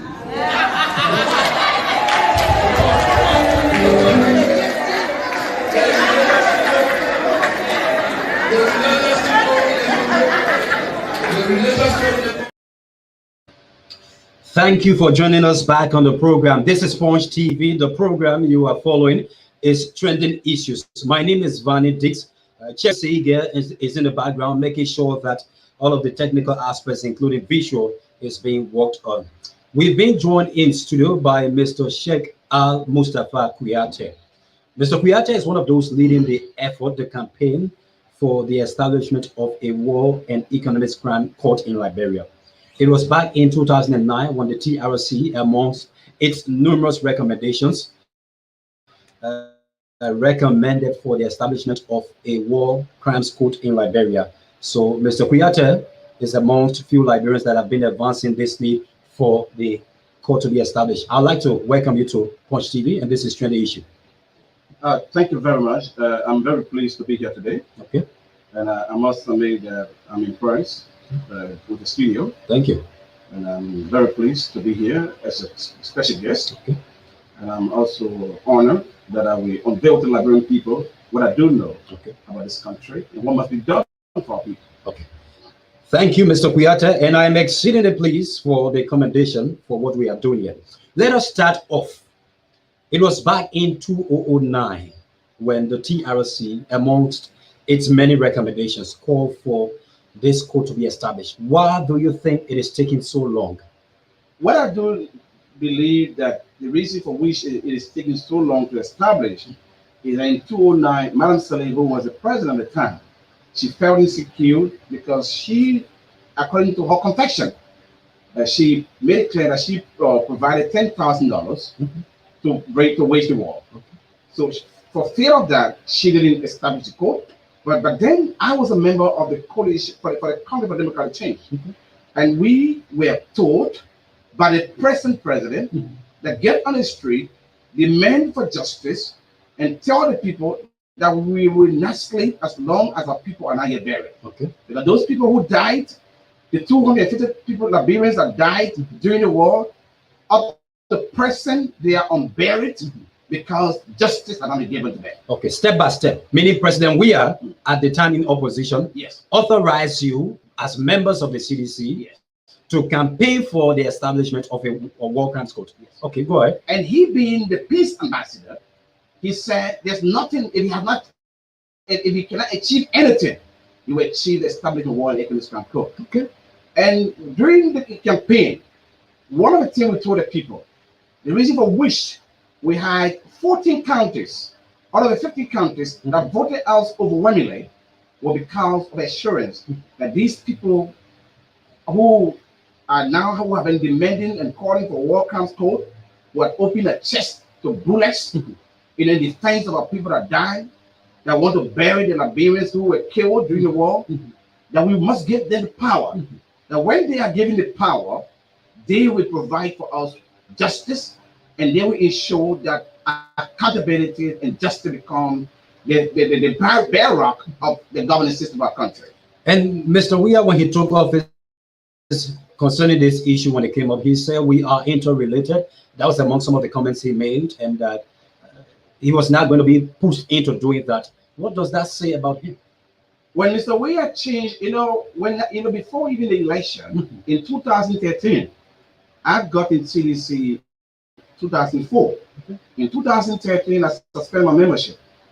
And that time when I suspended my membership was because of concession agreements passed against the Liberian people over system, which was condemned by the international community. And I said to the chairperson at the time that our lawmakers, conniving with Madam Salid to pass those bills against the people. How can you have growth in Bond County when the people of Bond County do not even know how to go low? When the people of Bond County can even have jobs in that place? How can we have iron ore in Limbai and have a port in Buchanan when the iron ores have been exported from this country outside and we are buying steel expensive? I said there's a need that we change the concession law. And that law, when it's changed, let us ensure that 30% of our natural resources be manufactured in our country. Let's ensure that even the gold, we should have a gold refinery where the government can say, for every gold concession, every gold that leaves this country, whether big concessionaires or small miners, 10% of the gold must go to the reserve of government. That could help to improve our economy, and that will also help to give value to our currency. Okay. They say it makes sense here. And I said to them, well, let's ensure those companies that have the concession agreement of iron ore and other resources, even agriculture, let's industrialize it. 30% of our natural resources should be industrialized in the sense that ArcelorMittal should be able to have a milling steel mill in this country, steel plant in this country, where she'll be able to produce 30% of what is extracted from our mine, and that will be sold on our market. And that will create jobs for our people. It will also help to improve our economy. This makes sense. Then I said to them, when we must win, the people vote, we must win 2019 or 2020 and 2017, that we will establish one economic crime code. What is assurance? Mr. Weah said at the time, Minister McGill, former Minister McGill was the chairperson. And we're going to show you, not the first year, not the second year, but the third year, we show that we establish a code because we need vote from Prince Joseph and other people. And we believe that when we say that right now, they will not support us. But we can show you in 3 months, 3 years, in our tenure, the first tenure, we establish a code and Liberians will have justice for which they elected us. Okay, so I said, okay. Then I said to Mr. President, can you assure us, as you did with the CDC, the Coalition for Democratic Change, where you were able to embrace NPP, you were able to embrace LPDP, because I remember when former Speaker Tyler was Speaker of the House, he was voted for that position by support of CDC lawmakers. I remember Mr. Taylor, when he was president, Mr. William House was burned down, was burned, fire caught the place in Sinka, and he was in the Cote d'Ivoire. He made a statement, he will come back and he will not be Taylor there. He made a statement in the Cote d'Ivoire. He was interviewed on LTR, or French station, meaning radio, television, Ivoire, where he stated that as Mr. Bouya said, the track for that is when he got in connection with Model. Do you understand? We were ensured that War Economic Strike will be established. We were ensured that those who have been involved in corruption, beginning from Mr. Taylor, former President Taylor, for him, to the interim government, to Madam Salif, we make sure we prosecute them. He told you that he personally? said that personally. Okay. So saying that he said all of these things and he was able to have a collaboration with the wife or the former wife of Mr. Taylor, that was a sign of reconciliation. So I said to him, can you extend this reconciliation to every Liberian? He said to me, Ome Bwaka is saying native people, Kumi is saying Congo people, but when we win, will be for every Liberian. That is where I felt very, very convinced, and my conviction led me to support him. In the family, I withdrew my suspension and I went back to the party. We campaigned. We won the election. When we won the election, I remember in 2016, Mr. Weir was indicted for child support. But then he was a senator of Massachusetts County. And Mr. Weir said that his salary was around $1,500. He had other children.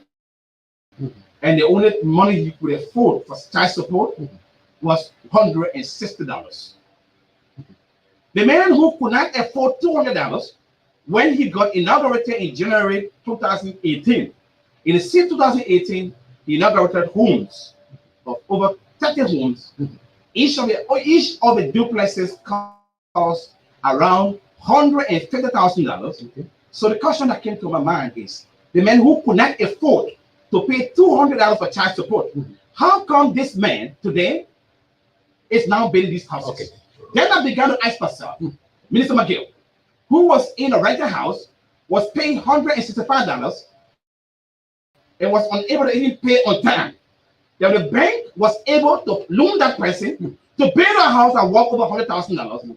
Then I began to ask myself, have the crusaders for change trying to crucify us of change? Wow. Then I began to observe the system. 2019, I saw young men that were living in boys' quarters or people places. They began building houses for themselves. I saw some people pretending that they are very clean. In 2019? In 2019. Okay. In 2020, I realized there became a competition of different. Amongst official government. Okay. General officials, senior officials became competition of different. Okay. That competition even brought hatred between them. Mr. Wayne has built 40 houses. McGill built his first house, 200,000. He began to build houses everywhere to the extent that he went to build a house by the beach, a place by the beach, and reduced his wife's age at time. I say this to you. When we won, and I have to confess something to you today, Mr. Weir did something for me that must tell Liberian people. They must hear the good things about him too. Okay. When Mr. Weir won the election, he called me. What position do you want? What capacity do you want to serve in this country? Okay. He called you. What do you want that can do for you? And I said to him, Mr. President, I want you to succeed. Use the PAPD as the gospel to lead other people. When you succeed, that is my success. I am an entrepreneur from age 21 up to this time, and I will go back to where I come from. I will do my business, and so I can be taxpayers. I can also contribute to your growth. You decline working in the government. I declined that because that was not my choice. That was not the reason for which I joined the CDC in 2004. Okay. I am now one of those. I'm also recorded as one person in the CDC who has never received, who has never given $1 for campaign, who has never given you one t-shirt. Every t-shirt I used for CDC I gave to people was bought by me. To the extent I provided scholarship for students in 2006, 2007, up to 2009. And I'm grateful today. One of the beneficiaries of my scholarships is the chairperson of the party, Molo. Jerry Molo, who is also someone that I appreciate very well. I had forgotten. One day he said to me, Sheikh, there was a day I was very confused, very stranded, and I needed support to pay my tuition at University of Liberia. I said I needed to pay my house rent, but you were able to help me that day. I said, how? He said, that day you gave me $500 share when I went to your office on Broad Street. And I could not remember that. When I was leaving the CDC, we had a nice meeting. Chairman Malu was there, the former youth chair, Sidiki Fofana was there. I said to them, in 2020, that 2019, I said, we cannot be a ruling party. Then we discussed to have car wash at the party headquarters. This is a moment to redefine the word campus. The party headquarters can be called campus, we will have Unakowa shop. The party headquarters can be called campus, where we are encouraging people to say they can come and build and have a place to be washing cars. That will create hate. They say, what do you think? I said, there's a moment, that there's a time that we should ensure that school, a vocational school is built here. And we know what I did the next day? I went to the party headquarters with cement, wheelbarrow, materials for the construction, and over $300,000 Liberian dollars for our partisans to begin the work. The building that we see today. The building we see today. Okay. That building, the materials I took there, is water the window level. That building was there when Thomas was wasting money everywhere for campaign, but you couldn't see that place. So the people that were elected in public office, the ministers did not do it. No. But you that it was my idea, my recommendation, and I also started it. And I'm saying this. And when you reach out to them, what did this? Did they contribute? No, the chairman was also going to contribute. But the material I was taking there, that was what they used until they reached window level. Okay. When I withdrew my membership, when I realized that the government, firstly, the government was a tripartite arrangement. And I saw the government appointees, NPP has less than 10% of government officials. LPDP had less than 5% of government officials. CDC, Congress for Democratic Change, had over 85%. Madam Salif had 7%. Well, Eugene Nangbe became beneficiary because he was representing Madam Salif, in an arrangement. The Minister of Internal Affairs today was representing Madam Salif in an arrangement. The Minister of Transport today was Minister Samuel Wulu, representing Madam Salif in the arrangement. Mary Brown, who said to me, who attacked me, molested me, and called me names because she hated George Weah, was supporting George Weah, and said to me that you are too sensible to be with a man. That the only good thing about him is his foot. But she's not in the government representing. That's what Mary Brown told you. Yeah. Before election. Yeah, before election. That's why Mary Brown, the same Mary Brown who said that, today is in our government representing Madam Salif. So Madam Salif began to get more people representing her in the government. Do you feel betrayed? Do you feel I don't feel betrayed as a person because it is about being a person. For being betrayed as a person, I was offered by Mr. Weah. But I feel that Liberian people have been betrayed by Mr. Weah.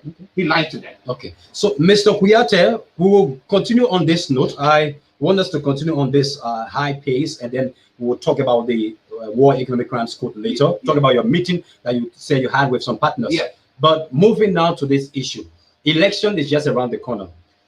What are other issues you involved with? Are you going to be campaigning in the public against Mr. Weah? What politically you going to be engaged with ahead of the election? I must admit to you, this issue is not about who becomes the president. No, aside from the war crimes, when you have a burden on your head, the first thing that comes to your mind is to reduce that burden.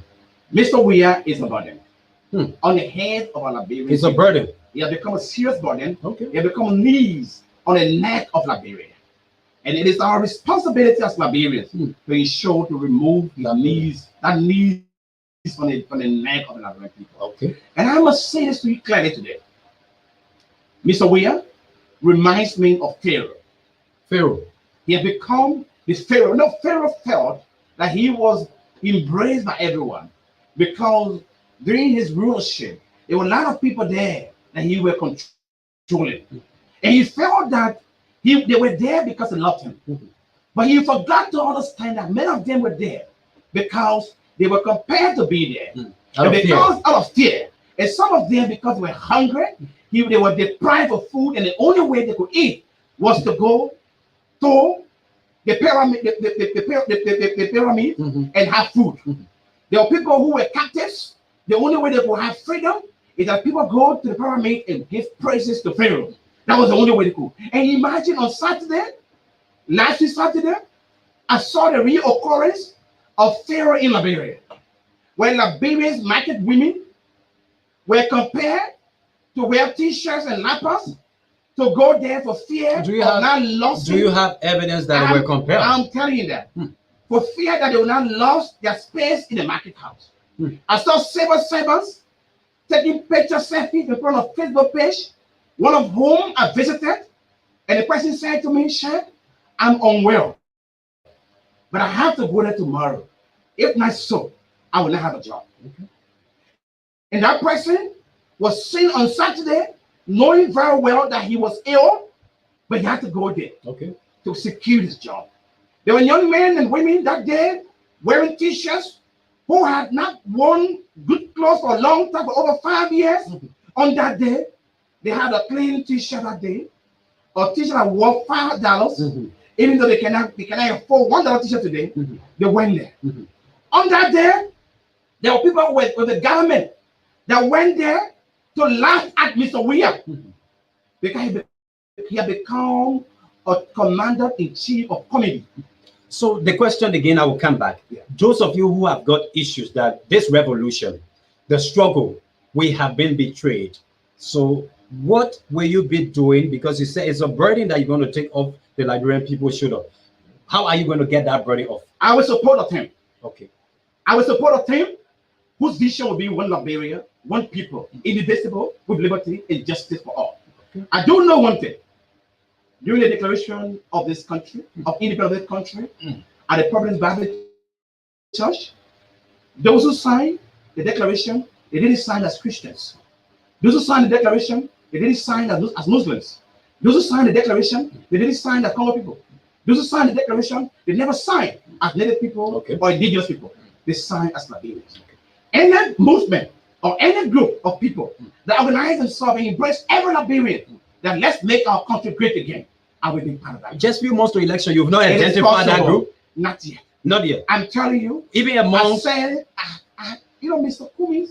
Because I want to mention their names. Mr. Cummings is a good person. Dr. Character. Mr. Walker is a good person. Even Mr. Weir is a good person. But Liberia needs a unifier.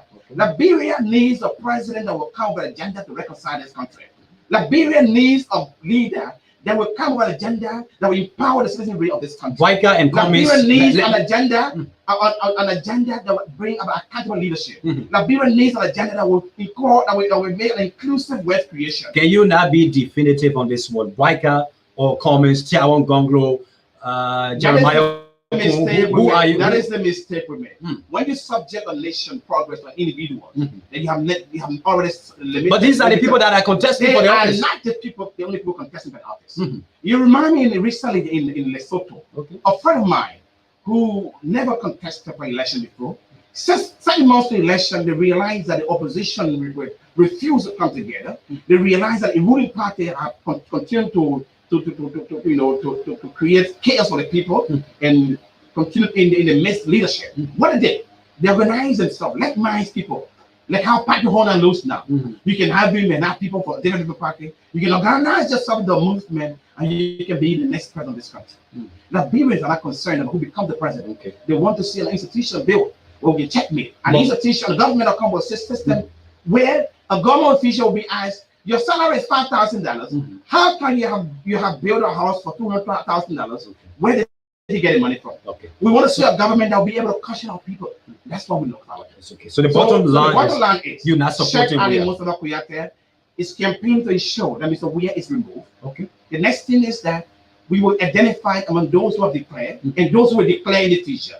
And whoever among them we think that we go with, we'll go with them. Okay. And if I don't find anyone, from now to the end of March, I can tell you that Sheikh Kouyaté will declare support for Liberia First movement, a movement that has a vision, which is like one Liberia, one people, indivisible with liberty and justice for all, whose mission is putting Liberia first, whose agenda is creating Liberia with result, an inclusive wealth creation agenda. Okay. I will join that move. Mr. Kouyaté, over the years, I have heard people say that establishing a war crimes court is going to serve as a deterrent. Yes.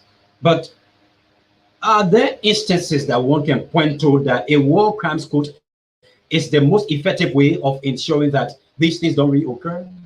Oh, yes. I will give you an example now. Okay. Right by us in Sierra Leone, the war crimes court was established. All of those who were active in the war, check the government of Sierra Leone. You will not find one of them serving, even in junior public office position. Let's go to Rwanda. Yesterday, Rwandans killed themselves because of tribes. Today, because of war crimes court, in their country, nobody is called by a tribe. They are all called Rwandans. And today, because of war crimes court in that country, it become one of the most stable countries in the world. Why? The citizens there are afraid to wage another war because they saw what happened to those that waged the other war, the previous one. In Sierra Leone, nobody wants to wage war in Sierra Leone because those who wage war, most of them die the animals and most of them die in jail. An impoverished society like Liberia, why not use that money that you would be looking for and use it to empower other young people? This is why we look at Liberia, always look at short-term programs. We want a long-term program. Sierra Leone could say, what can you use the money for war crime court to give out other things? And Liberia said, we want a short-term. And what happened? Today, Sierra Leone has better rules than Liberia, even though they had a white economic crime court. Today, Sierra Leone has better education system than Liberia, even though they had a white economic crime court. Today, Sierra Leone has better social services than Liberia, even though they had white economic crime court. Let's move to Rwanda. Today, Rwanda has become a paradise for Africa, even though they have white economic crime court. Today, even you pull your telephone on the street of Rwanda, people are afraid of taking it because they know that justice is there. In this country, as long as there's no white economic crime court, people like Mr. Weah and others were still. They were killed as Getty was killed. But Mr. Weah has since asked the members of the legislature in a communication back in 2019, he said, I hereby call on the national legislature to advise and provide guidance on all legislative and other necessary measures towards the implementation of the TRC report, including the establishment of a war and economic crimes court. 2019, and they responded. They responded, all of the 73 representatives, 50 of them agreed. But that shows his commitment, right? That's still now. 50 of them agreed, and they signed it and they sent it to him. He made a request to them. They responded. It was headed by Honorable Swakoko, and the president received the communication. The Speaker of the House, one of the presidents I used to love so much, Bova Chimba, the man who I thought was a saint. Now know he's the pettiest sinner. Bova Chimba, who refused to have a handshake with Madam Salih because he alleged that she was corrupt, that she was a killer. Wow. Is a Bova Chimba today who is having breakfast with George Weah that killed Getty. The George Weah that killed his own EPS brother. The George Weah that killed his own friend. Guess what? He's hanging up with him. He's hanging up with him. And he is saying that even the document that was signed by lawmakers, over 50 lawmakers, that we should establish a code, they can't find it. Mr. Weah went further to the United Nations. He confessed that Liberians have called him in for all walks of life, that they want the war, the economic crime court to be established. Our concern and biggest burden is we don't have the financial means.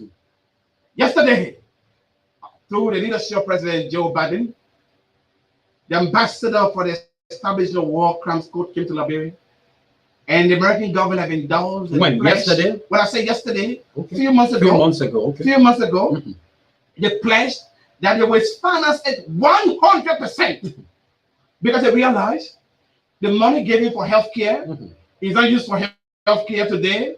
The Minister of Health has her own medical hospital. She has her own clinic. The money, the medicine that should be used for the poor people is being sold in the hospital of the Minister of Health. Today, the Minister of Mines, who is the Minister of Mines, is a major shareholder of mining companies in Liberia. The Liberian people cannot benefit anything. When you look at the Minister of Youth and Sport, those who are in sport businesses, even the project being done with sport, the Minister of Sport is a shareholder in those things. When you look around the Minister of Agriculture also, she's also into agriculture. She has a private business. So this government has become a commercial institution. Wow. A government that focuses on building themselves, individuals, and forgetting the people. And people forget something. When you are elected or appointed to public position, that means that you have been given the obligation and responsibility to forgo your lives, to ensure that the lives of others you serve the public. And today, when Mr. Weah was a millionaire, Mr. Weah had 2 houses. One in Sinker that was looking like a graveyard, and another one in Rehab that was like the boy spot of Sami Ito. Today, those houses have become paradise. The one that was looking like a dead man house in Sinker 9th Street, they have become a castle. And today, Mr. Weah has houses everywhere to the extent that he has built his own church. And today, Mr. Weah, when he even preaching, he cannot even preach from the Bible. He has created his own religion. He sees himself as a God. When you know, if you want to understand that people laugh at Mr. Weah, go to African Union. When I was in Addis Ababa recently, I had meetings with commissioners, with leaders of African Union, and they were asking me, how come did you support such a person? He said, this is why even if he doesn't attend our session here, we never worry. Because his presence, his absence. Mr. Kuyate, I'm saying this is a grave allegation. I'm saying, not allegation, I'm saying the fact. I was in Abuja. EU. ECOWAS recently, when Mr. Weah was there. And one of the senators told me that his presence and the absence were almost the same. The only thing we love about him when he comes, he reminds us of his days in Milan. He reminds us of his days in PSG. He reminds us of his days in Monaco. That's all we see in him. We don't see presidency. Mr. Weah had an agenda, which was different from the agenda of the CDC. His agenda has been fulfilled. So you think you were misled? He has achieved his agenda.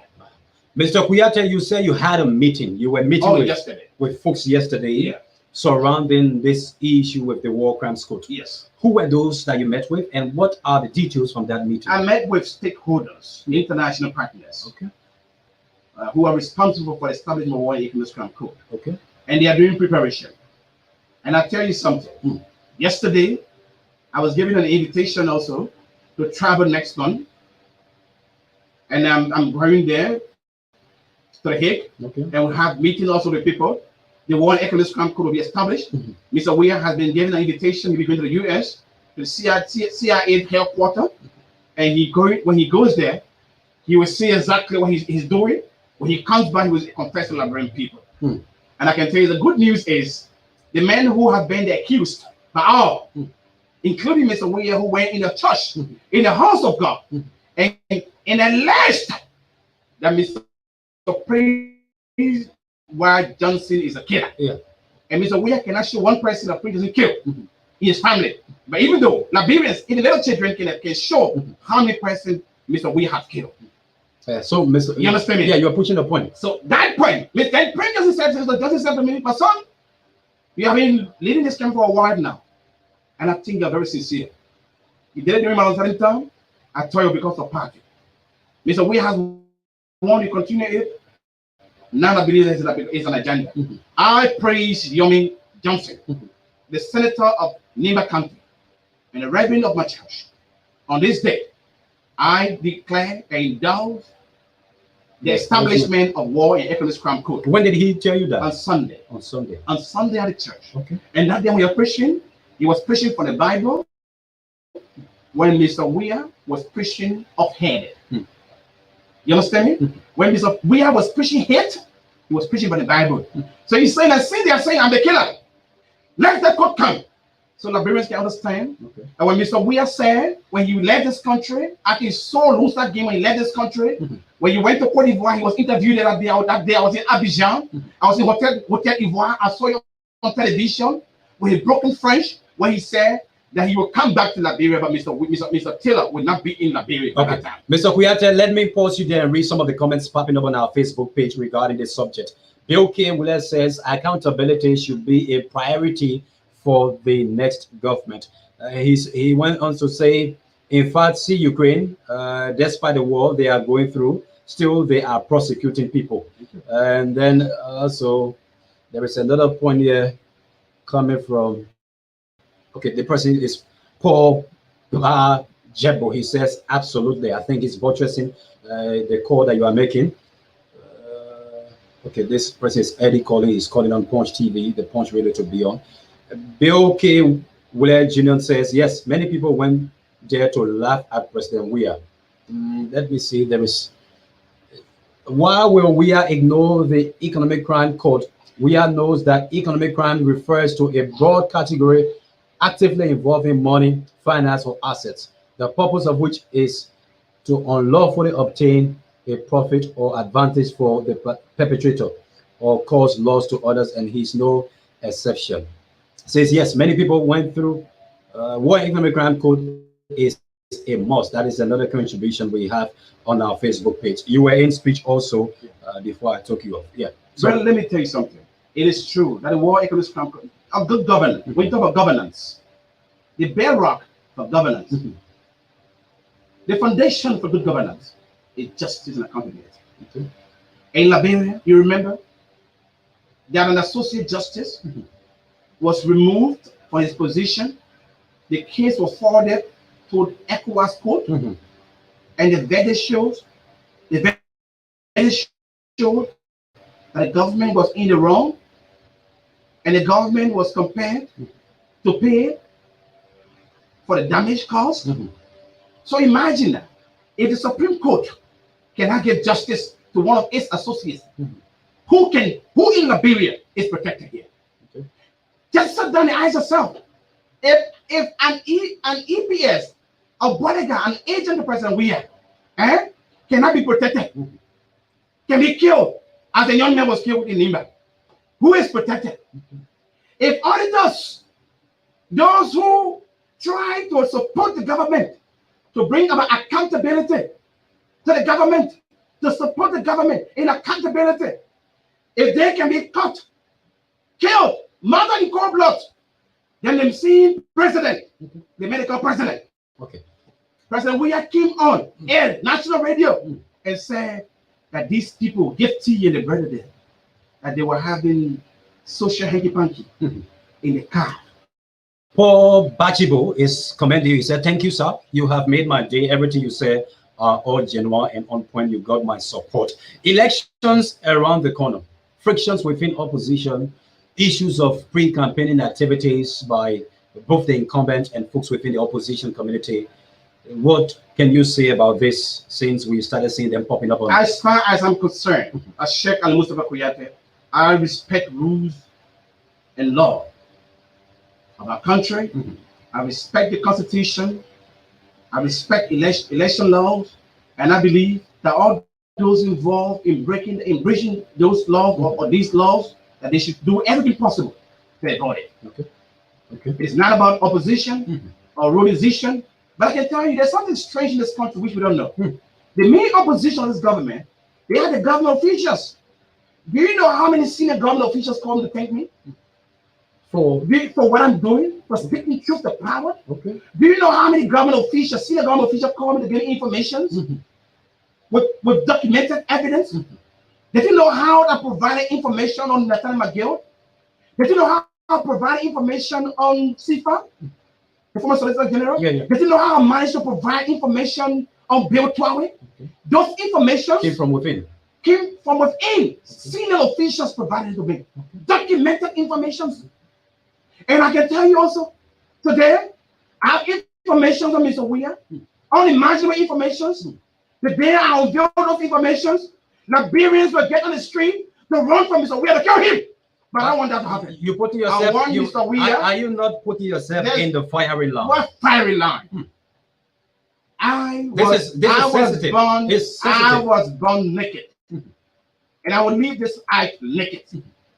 My duty in this country is to serve our people with truth. When I became member of the CDC, I didn't join it because all over there. I went there with a conviction that this is a group for the emancipation of the Liberian people. That's why I went there. When I realized that the emancipators have become the eliminators, what I did, I withdrew from there. I had no choice in my entire life that if I'm not a government official, I will die. I've never in my entire life worked in government. I've never in my entire life received a dime from the Liberian government. I have no fear speaking the truth. You become afraid when you are a killer. And Mr. Weah is aware that I'm here today speaking, but I'm not here alone. I have the support of the international community. Okay. And that attempt on me, Mr. Weah regret. Mirabel saw it. When Mirabel called me names like dog and it slapped me, she saw what happened to her. She ran away. She was on the bench, prisoner bench. And I'm saying to you, I'm not speaking because I want a job. Okay. I'm not speaking because I was employed and have been dismissed. I'm speaking because this is how I've been speaking. And I'm speaking because it is a matter of must. It is my responsibility. It's my duty as a patriotic citizen to speak for our people, no matter who is involved. Mr. Kouyaté, how soon will Liberians see a war crimes code being established? That would be that I can tell you when Mr. Weah comes. A year or two or what? what? It's going to be within this year. Within this year? Within this year. The code will be established within this year. And I can tell you within this year. Election year. Election is not held within this year. I can tell you, Mr. Weah himself will not contest an election. I'm giving assurance. I have been out of the country for 3 months. I came back. All my travel was about war and economic crimes code. It was not about profit making. Okay. I've been focused on ensuring that people have justice. I've been focused in discussing how can we make our country an accountable country. The Liberia that was created is not a Liberia of thievery.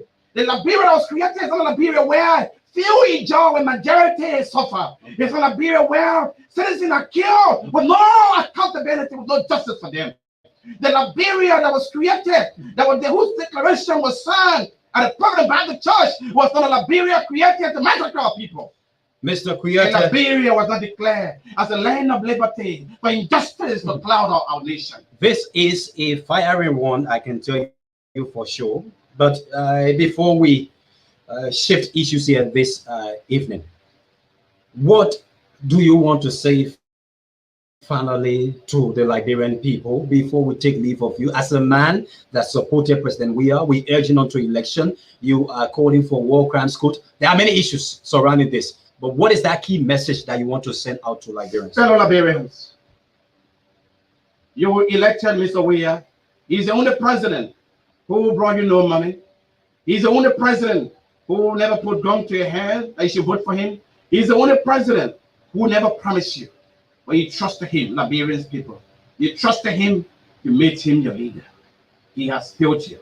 He promised you that those people who have been stealing from us, you bring us them to book. You have become more thief than them. He promised you that those who killed you, your people, you bring them to book. He's killing more people than they killed.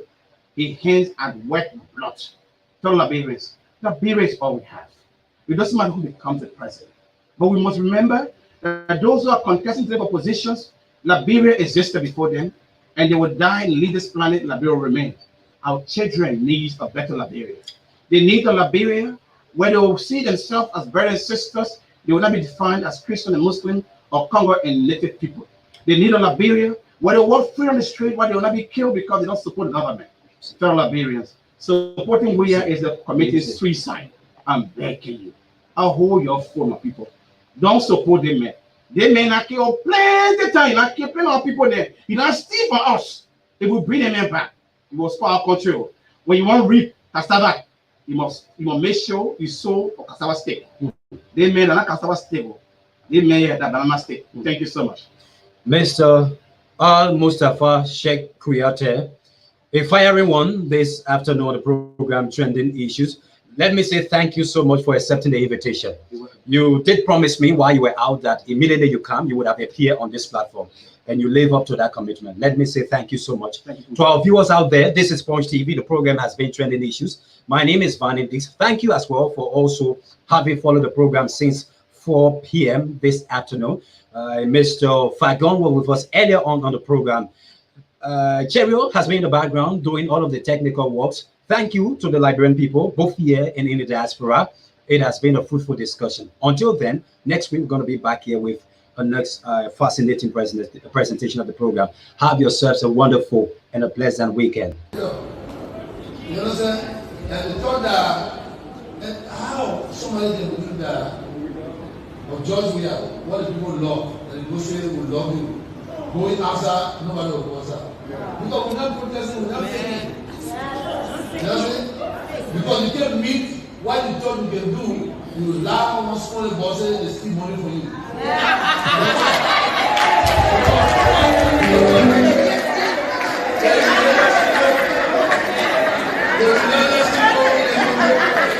The religious people in the country, you can see that they are really praying. Not very well. Not very well. Not very well. They are continue to pray.